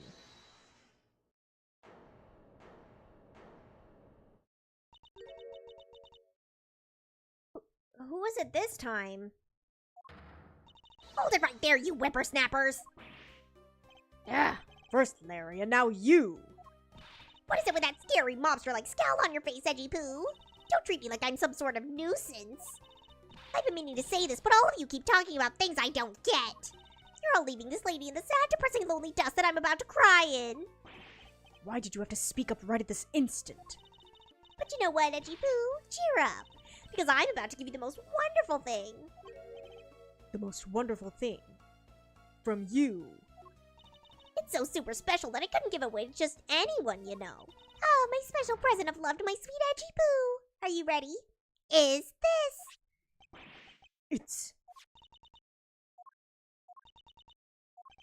It's a box of those samurai dogs, right?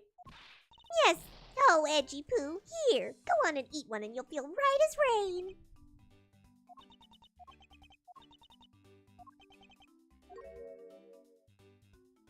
Are we through here?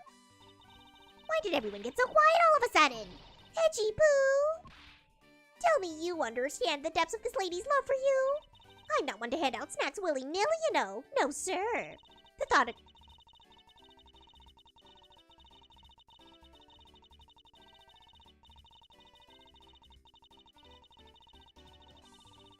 Good vibes. Hello, Mr. Ray Brown, and how are you? Okay. The thought occurred to me that maybe it would be good if I fed you and made sure that you were nice and full. One day it's my dream to serve you some of my own homemade food. I mean, isn't it the desire of every woman to make sure their beloved never goes hungry? That's what I wanted to experience. I'll tell you one thing, though. A long time ago, they used to say that I could make the most delicious meal out of any ingredient you threw in front of me. Oh, I was a star in the kitchen back then, and I was... Mr. Edgeworth, can't you do anything about her? Better be winning? We are. Don't worry. We're very close. There's no power on earth that can force that woman into silence. Not the stab. But I'm so sick and tired of it. All you people do is look down on me. Even this box of samurai dogs played me for a fool. It had a special design on its fan like the Japanese flag, so I thought it was special. Full of filling foods and junk, well and happy. That's good. I'm glad to hear it. Snacks are yummy. But when I ate one, it just tasted like all the rest. Oh, it makes me so mad. Yeah, all is well. Wait, a special box with a Hinomaru-like fan on it. I've never heard of such a piece of merchandise existing before. Oh, and he would know. However, there it is. The red sun on this fan is filled in. Is it possible? Could it be? After the show, the samurai dogs were piled up on the dressing room floor. However, there is no such thing as a Hinomaru dog. Taken from the dressing room, the fan's red sun is filled in for some reason. This contradiction of facts between something that should not exist and yet does. The rays from this red sun may just be what we need to point us in the right direction. A present? The studio bigwigs basically told us to play delivery boys. We were supposed to hand the dogs off to the embassy people and tell them hi.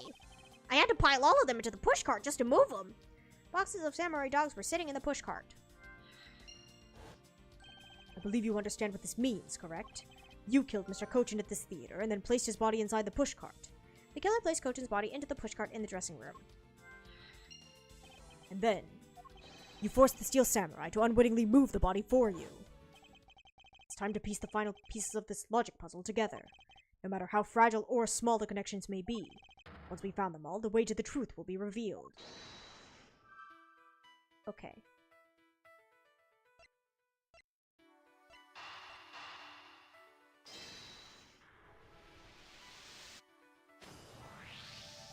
The killer used the pushcart to transport the body, which means that they had to first remove the samurai dogs from within first. Therefore, the samurai dogs that were piled up on the dressing room floor were most likely taken out of the pushcart by the killer. Dogs were put on the dressing room floor by the killer to make room for the body.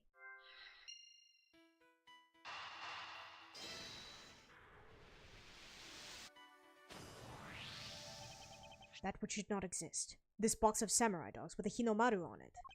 If this red sun was filled in when the killer was busy removing samurai dogs from the pushcart, then it's proof that the murder took place in the dressing room. As long as this red substance turns out to be what I believe it to be. Wendy Oldbag. I thank you. What you have given me is truly something very special. Edgy Poo! Mr. Edgeworth, are you sure you're feeling okay, sir? Mr. Alba, as I suspected, you killed Mr. Kochin in the dressing room. How many times must I listen to you repeat yourself? Haven't you figured it out yet? Your words are meaningless, worthless, and powerless. The only way I'm going to continue to cooperate is with some definitive evidence. That arrogance, that self-confidence. You believe that you've erased every piece of evidence that could incriminate you. However, there remains one piece here, and it's what will put you away for good. Huh, you're bluffing. Oh. Hey, Mr. Prosecutor. Sounds like you finally found them. You finally found the fangs we need to go after this guy's jugular. So tell us, what about the box of samurai dogs is going to put the old man away? The trace evidence that will bring him down. Why, it's here, of course. This. This box of samurai dogs with the Hinomaru fan on it. This should never have existed. So I want you all to take a good look at this red spot. It's a single drop of blood. Huh? What? Blood, you say? Agent Long, I'd like this blood analyzed post-haste. I've got to admit, I'm a bit surprised. I can't believe we found blood in a place like this. Hey you, get this down to the lab, pronto. But why was there blood on that box to begin with? If we think about the flow of the crime, I think the reason will become obvious. Larry, you said that you transported the samurai dogs with a pushcart, correct? Oh, yeah. You have a great memory, Edgy. That pushcart was a bit too big for my son, you know what I mean? So to make sure everyone could see him, I had to pile some stuff in it. I figured the samurai dogs were there, so I used them to fill up the cart. If what Larry says is true, then what were the boxes doing on the floor? Ah, I see. The killer took them out in order to place the body in the pushcart. Exactly. And that is when I believe the victim's blood found its way onto that box. But when my men investigated that room, not a single box of samurai dogs was in there, because the embassy staff members had already confiscated them. Yes, no doubt to hide the evidence of the murder. It's a good thing Miss Oldbag managed to steal that one box before they got to him, huh? Looks like Miss Oldbag also managed to put this great thief to shame. What a scandalous way of putting that! I didn't steal. I received it from myself. Workus Alba, I'd say this was one very fatal oversight on your part. Sorry to rain on your little love fest, however. How can he be so self-confident in a no-win situation for him like this? Even if that blood turns out to belong to Mr. Kochin, then what? So, Mr. Edgeworth, it sounds like he's not ready to call it quits yet, huh? The sole piece of evidence that was left at the scene of the crime. That alone shed light on a new fact. At the very least, we now have proof that the murder occurred in the dressing room. And you say that like it means something. Huh? Excuse me, sirs.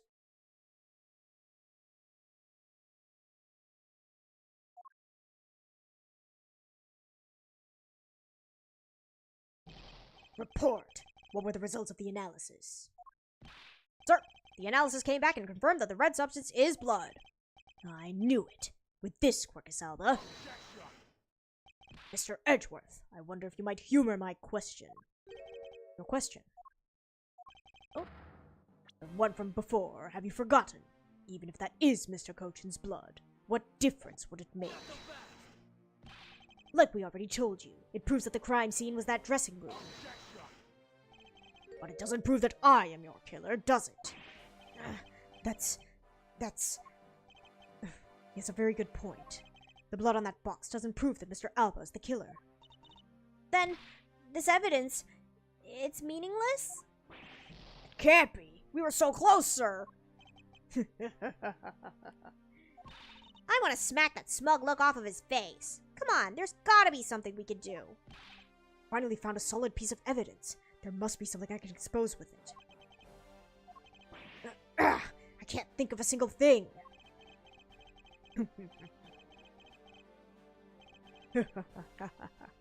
Now, if you'll excuse me.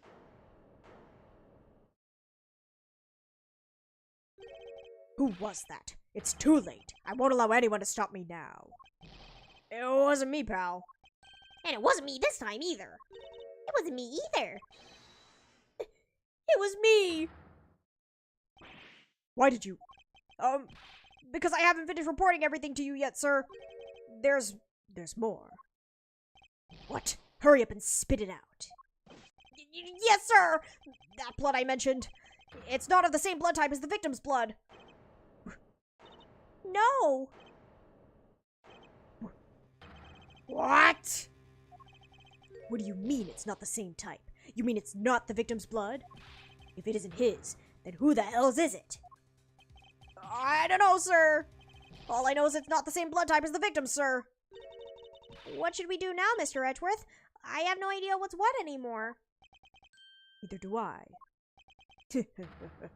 My, what an amusing turn of events. That blood drop proved something to be true, all right. Namely, my words. Which one of your words would that be? The ones where I said that your words are meaningless, worthless, and powerless. That blood has nothing to do with the murder investigation whatsoever. Need I remind you that the blood got onto that box long before it entered my embassy. What sort of nonsense? Yeah, it's blood, pal. There's no way it's not related to the murder. So you would like to believe. But what if someone preparing the samurai dogs had a small nosebleed? What then? I guess that is possible. Darn it. Have we been wasting our time on a red herring? The blood doesn't belong to anyone connected to the case. That should be a clue enough. Quercus Alba, you... Silence! Don't you ever address me with such a filthy word again. I've wasted enough time here with you, and you have your answers. Now let me through. Alba, it doesn't matter where you run off to. You'll never escape me. Someday I'll have the satisfaction of sinking my fangs into you. You'll see. And all of Interpol will be behind me, working to see to it that that day comes. Do you know what your words sound like to me? They sound like the whinings of a pathetic loser of a mutt. Arrgh!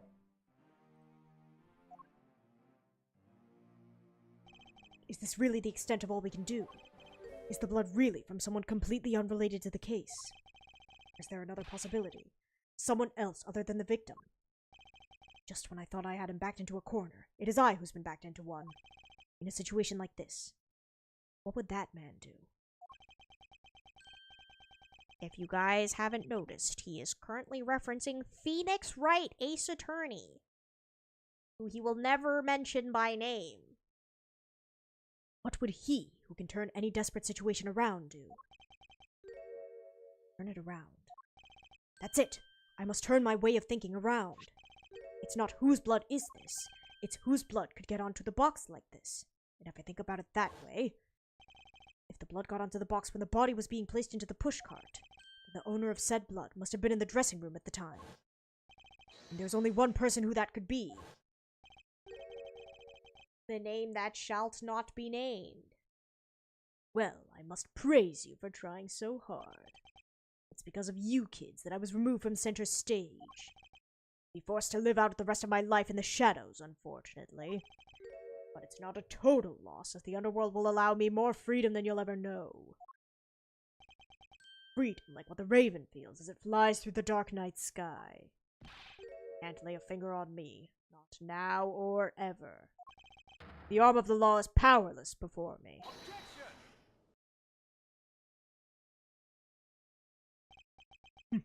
Powerless, is it? I wouldn't be so sure about that if I were you. What do you mean? Allow me to describe you in one word. Pitiful. Pitiful? How so? Quercus alba, your wings were clipped long ago. And for someone who is trying to fly away on them without noticing that fact, pitiful is the perfect word to describe you. Mere words. What do you mean by his wings were clipped, Mr. Edgeworth? Just what you think it means, Kay. We've already caught him in our trap a while back. With an incredibly powerful, definitive piece of evidence. Hey, Earth to Mr. Prosecutor. Care to speak in English? What are you talking about? What piece of evidence? The piece of evidence... The piece I speak of is, of course, this drop of blood. But we know that it's not from the victim. I don't see how it remains relevant to this case at all. Miss Von Karma, I believe that is exactly why it's very important to the case. And the part that is the most important is the fact that it's not the victim's blood. You're looking a little pale. Good. Then I believe you are already aware of what I mean. Then you know who the blood belongs to. Of course I do. This piece of evidence is the irrefutable proof that will stop the killer in his tracks. The blood that soiled the box of samurai dogs belongs to this person. Bro. Take that! The blood of the red sun on this box belongs to you, Quercus alba. What? Why is his blood on the box of samurai dogs? He's not even a victim. The blood fell onto the box when Mr. Kochin's body was being loaded into the pushcart.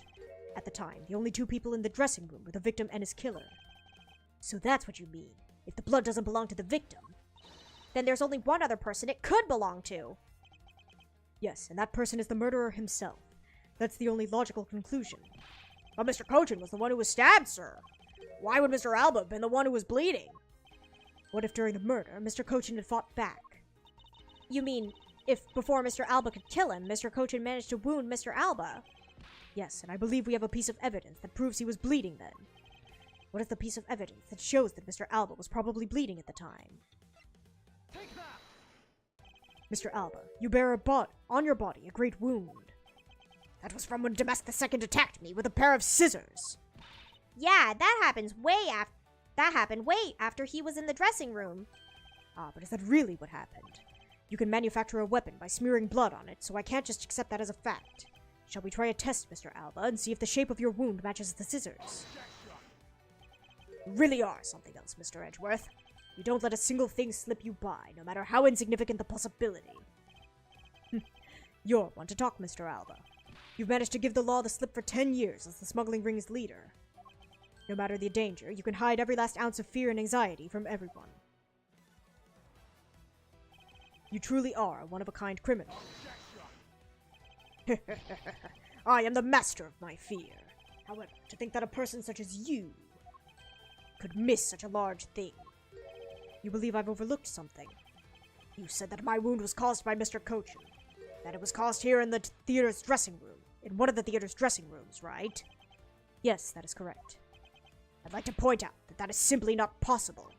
My wound is a stab wound, and one that could only have come from a blade. I wonder where you would propose that such a weapon came from. Ah, this theater was packed with security guards. It would have been impossible for anyone to come into this area with a weapon of any sort. Just as Mr. Alba was able to bring the alabastrian knife in a bouquet, there must have been some other way to sneak in a weapon of some sort. Ah, but as long as you can't prove what the other way is, all of your talk about Mr. Kochin stabbing me is pure nonsense. So if that other way does exist, you better hurry and tell me now. I got you, bro. With pleasure. Wait, what? This piece of evidence shows us how Mr. Kochin brought a weapon into this theater. Take that! Among law enforcement, this piece is known as the Yatagarasu's key. That key! That's the key that my father stole from here 7 years ago. And it's very unique in that it's both a key and a knife. Meaning that under the guise of a key, it could have been easily brought into the theater. You couldn't dispose of the knife that stabbed you. Therefore, you wiped off the blood and placed it back in Mr. Kochin's pocket. After all, the key itself opens the safe in his office. And inside that safe, there was a document about Kadopian paper signed by Mr. Kochin. In order to make it look like Mr. Kochin died as the leader of the smuggling ring, you had to make it so the police were the ones who opened that office safe. All that hard work to save yourself only served to destroy you in the end. Shall we try matching the knife's blade with your wound, Mr. Quercus Alba?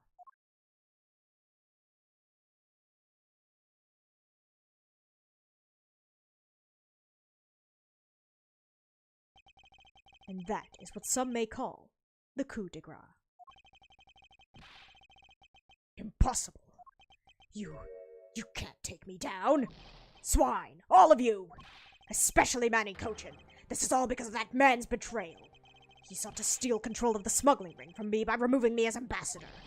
Which is why he deserved to die while bearing the guilt for all of my crimes for me. That's why I sent out the Yatagarasu's card and how the incident was born. Manny was supposed to be the smuggling ring's leader who was killed by the Yatagarasu.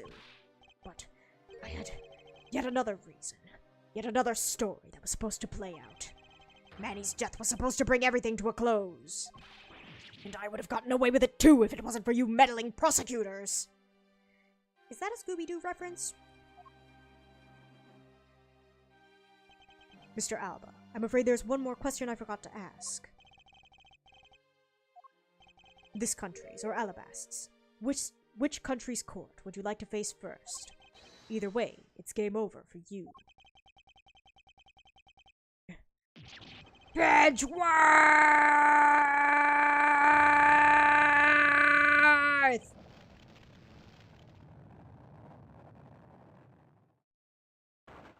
Oh. I think bro died.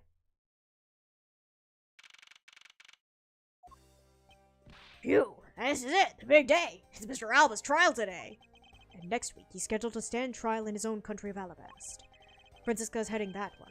I suppose she'll be serving a full course of whiplashes at it. Having to face Miss Von Karma in court right after facing you, sir.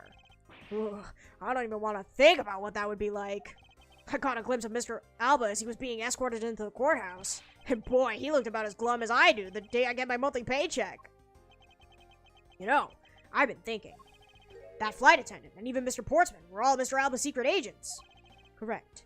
The smuggling ring was the common thread between all of the incidents. Kemi Meal was to provide support during the smuggling ops using her job as an attendant.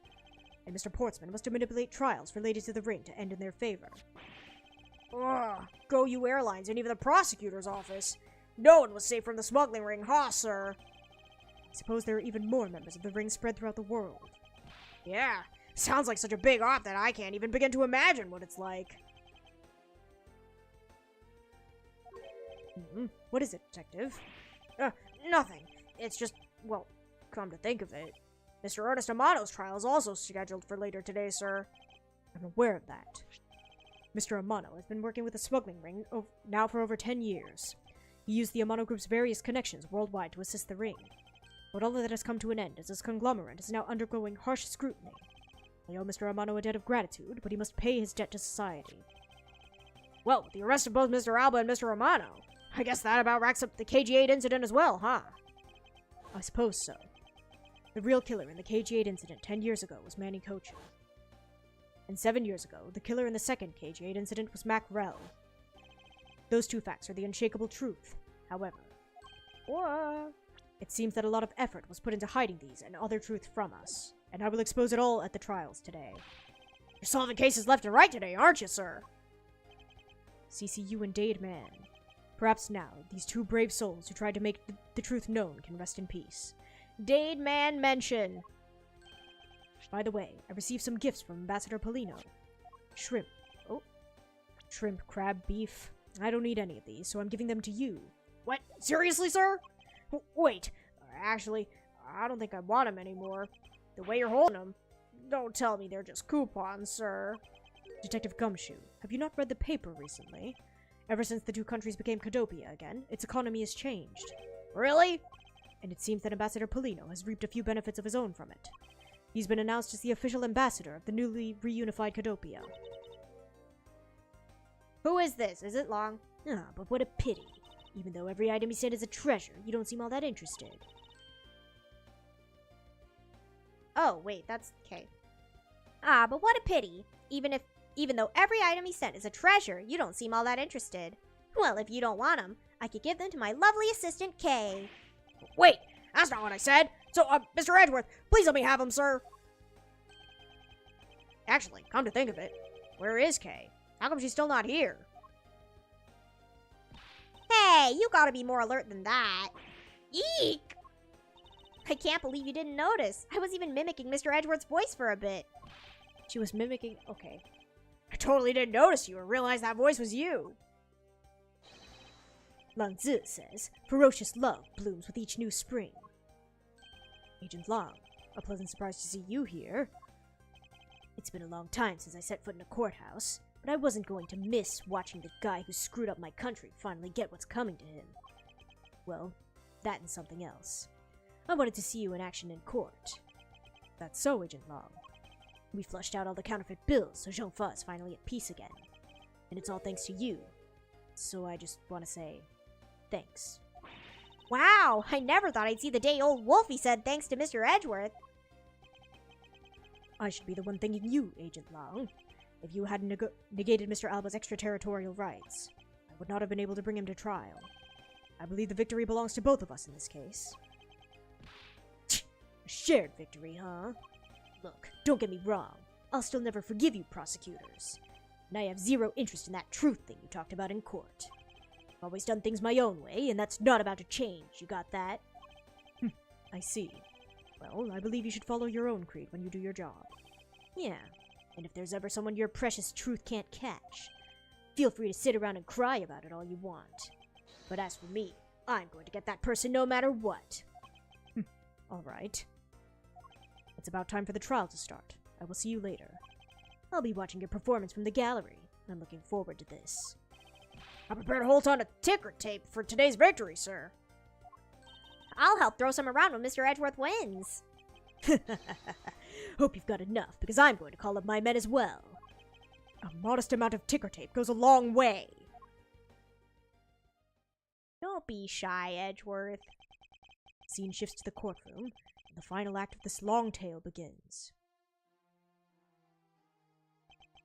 The legend of the great thief Yatagarasu. It's the story of those who chose to dedicate their lives to the pursuit of the truth.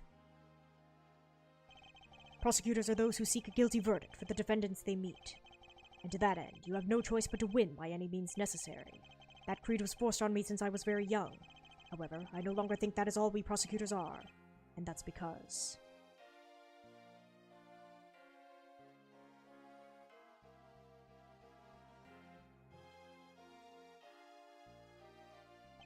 Even though I've only been away from the courtroom for a short time, I feel as though it's been a lifetime since I've set foot in one.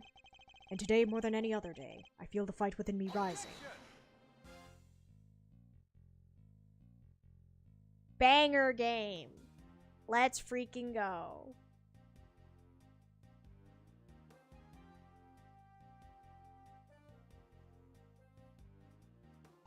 I'm really in Mr. Edgeworth's debt for the other day. Thanks to him, I'm still free to serve in the friendly blue skies. Oh, so about my suitcases. I've been selling them on the internet, and they've become a real sensation. Thanks to the praise the art world has lavished on my work as being truly postmodern. The airline has chosen me to design their new line of goooo jumbo jets. Just think, someday you'll be able to take a ride in my pink-walled, yellow-seated jet. Not the suitcases. The planes sound atrocious too. Oh, Lord.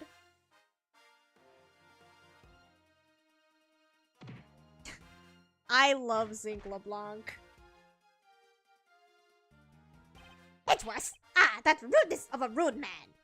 Because of him, my time and money is wasted! But more importantly, I received the most fantastic treasure recently. The Primitax statue of the Principality of Cadopia. It weighs a bit light in my hands, but the Ambassador Palino was most generous. Oh, buddy. Oh, buddy.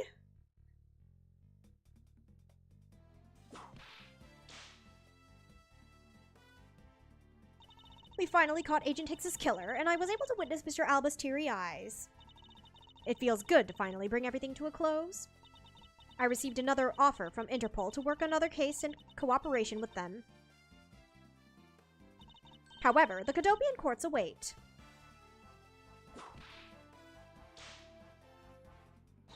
Cadopia's air is supposed to be very fresh, so my whip should find new vigor there. You go, Queen. Slay.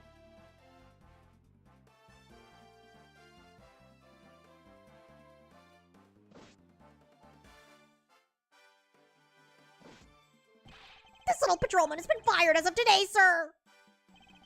I thought it was safe since we found the gun I had dropped. But I hadn't noticed that I dropped my police badge, too! I guess what really broke the camel's back was that I couldn't find my badge. My little life has suddenly been tripped into a dark black hole, sir! I think I'll go to the courthouse and file a complaint with Ruffles Man! Ruffles Man?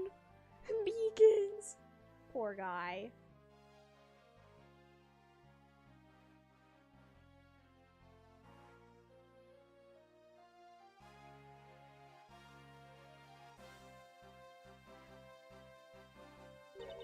I was actually hoping to talk with Mr. Edgeworth a bit more than I did.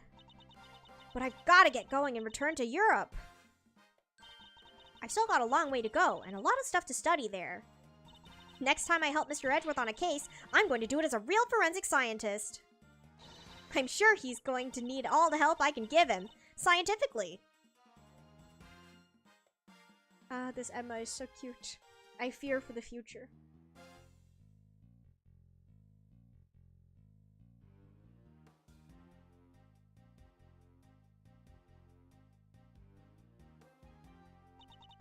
Because the kidnapping was staged, I was let off easy. But I won't be going outside much anytime soon. But that's really okay. The only prison I'm forever trapped in is the cage of love. The guard down at the detention center. Well, when he's on guard duty. He has such a cold look in his eyes. Just like that prosecutor. But stop it, Lauren! When will you ever learn to stop being a prisoner of love? Okay, girl. You do you.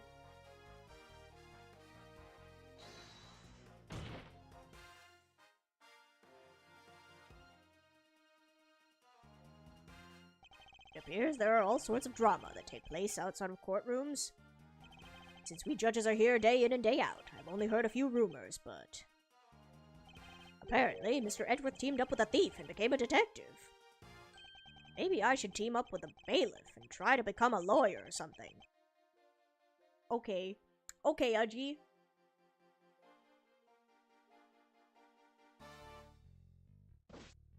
Also, are they not giving Manfred a line? I saw him in the courtroom. Come on.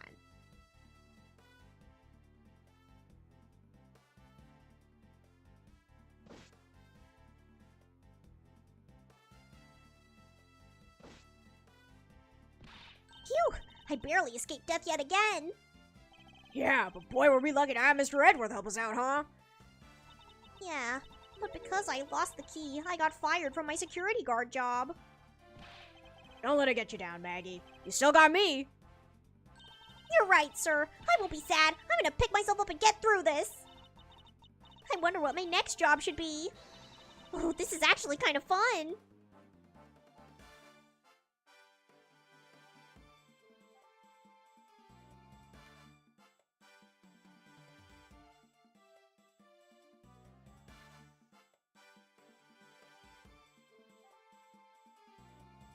Why not come to Godopia for your summer vacation? We have coupons aplenty. Right now, our embassy is proud to present our Let's Investigate a Murder show. Although, recreating that particular case has created a few small fires of its own. Then we had a few problems with the fire marshals, but the next event will be great. It will be an attraction entitled Capture the Yatakarasu. Of course, I hope to enlist Kei's help in creating our latest attraction. I respect it.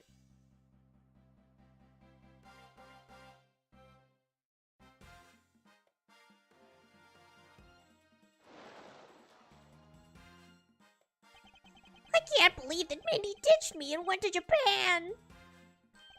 But it's okay, because that's how I met Miharu. We're planning to go to Paris soon and start a business. We're gonna sell blue ocean dogs. They'll sell like hotcake hot dogs for sure. A blue hot dog and a blue bun. I guarantee it'll turn your tongue and your face blue. I know I'm not really the type to work a lot, or at all really, but... Oh, so I noticed that I really haven't seen the guy in the blue suit at all recently. Phoenix mention? I wonder what's up. Well, the next time we meet, I'm gonna make him eat one of my dogs. We actually could have seen a cameo of Phoenix here, but I somehow missed it and I'm upset.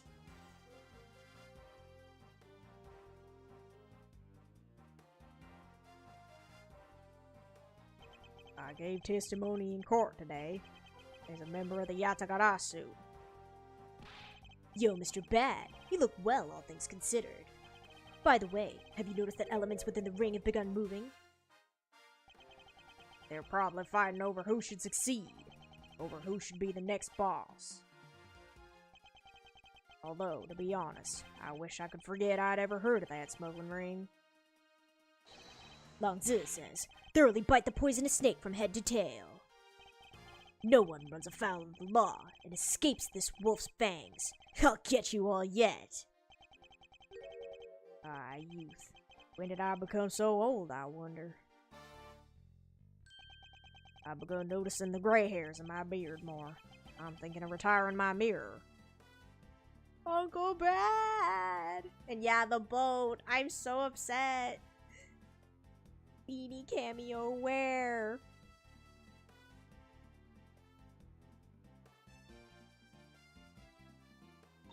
I was the Pink Princess and the Pink Badger all in the span of 2 days. Talk about busy. But it's alright, because I got a letter from my beloved Achipoo. Please take care of your hip. And when you wish to speak, first take off your headpiece. What does he mean by that last statement? It's not like I enjoy being under a headpiece every time I see him. I've been an alien and then some creepy fuzzy pink animal, and then I was the Pink Princess, a great hero of justice, but ever since I was a young maiden, I've stylish hat on my head, though rather wear my own costume or something, but even that just sounds like a terrible idea. I almost did it. I almost did it.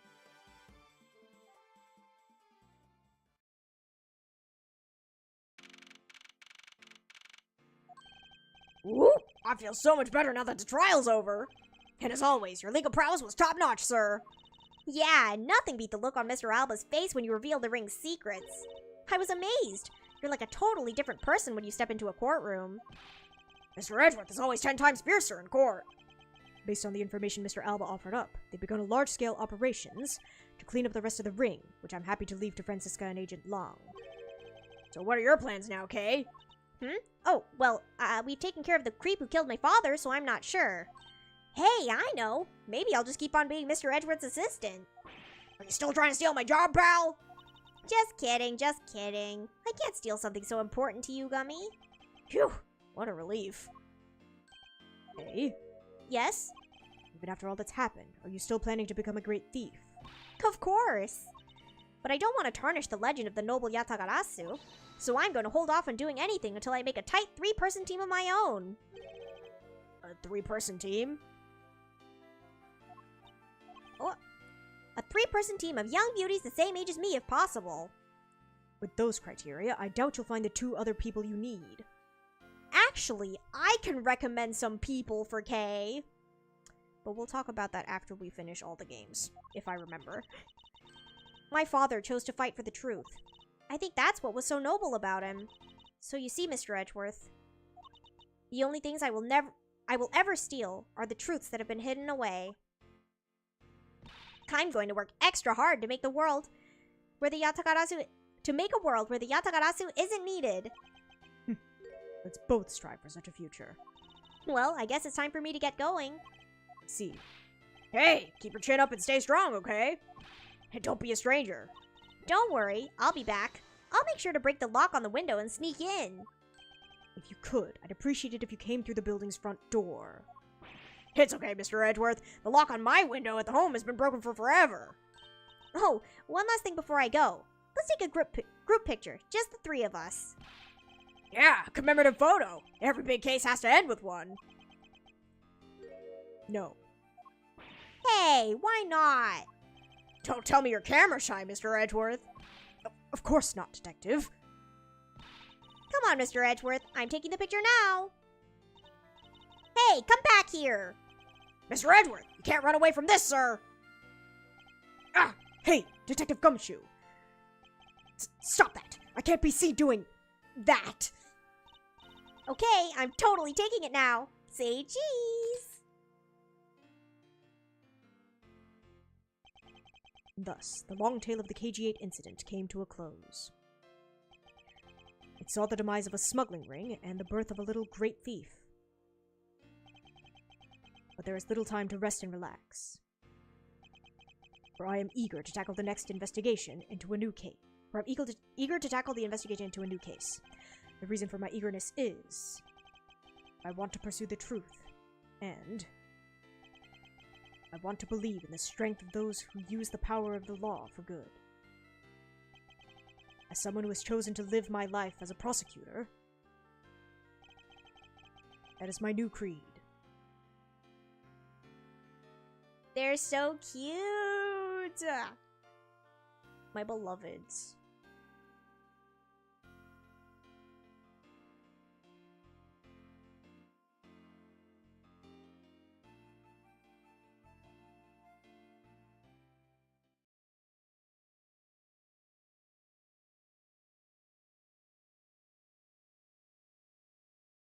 Yippee! And that's it.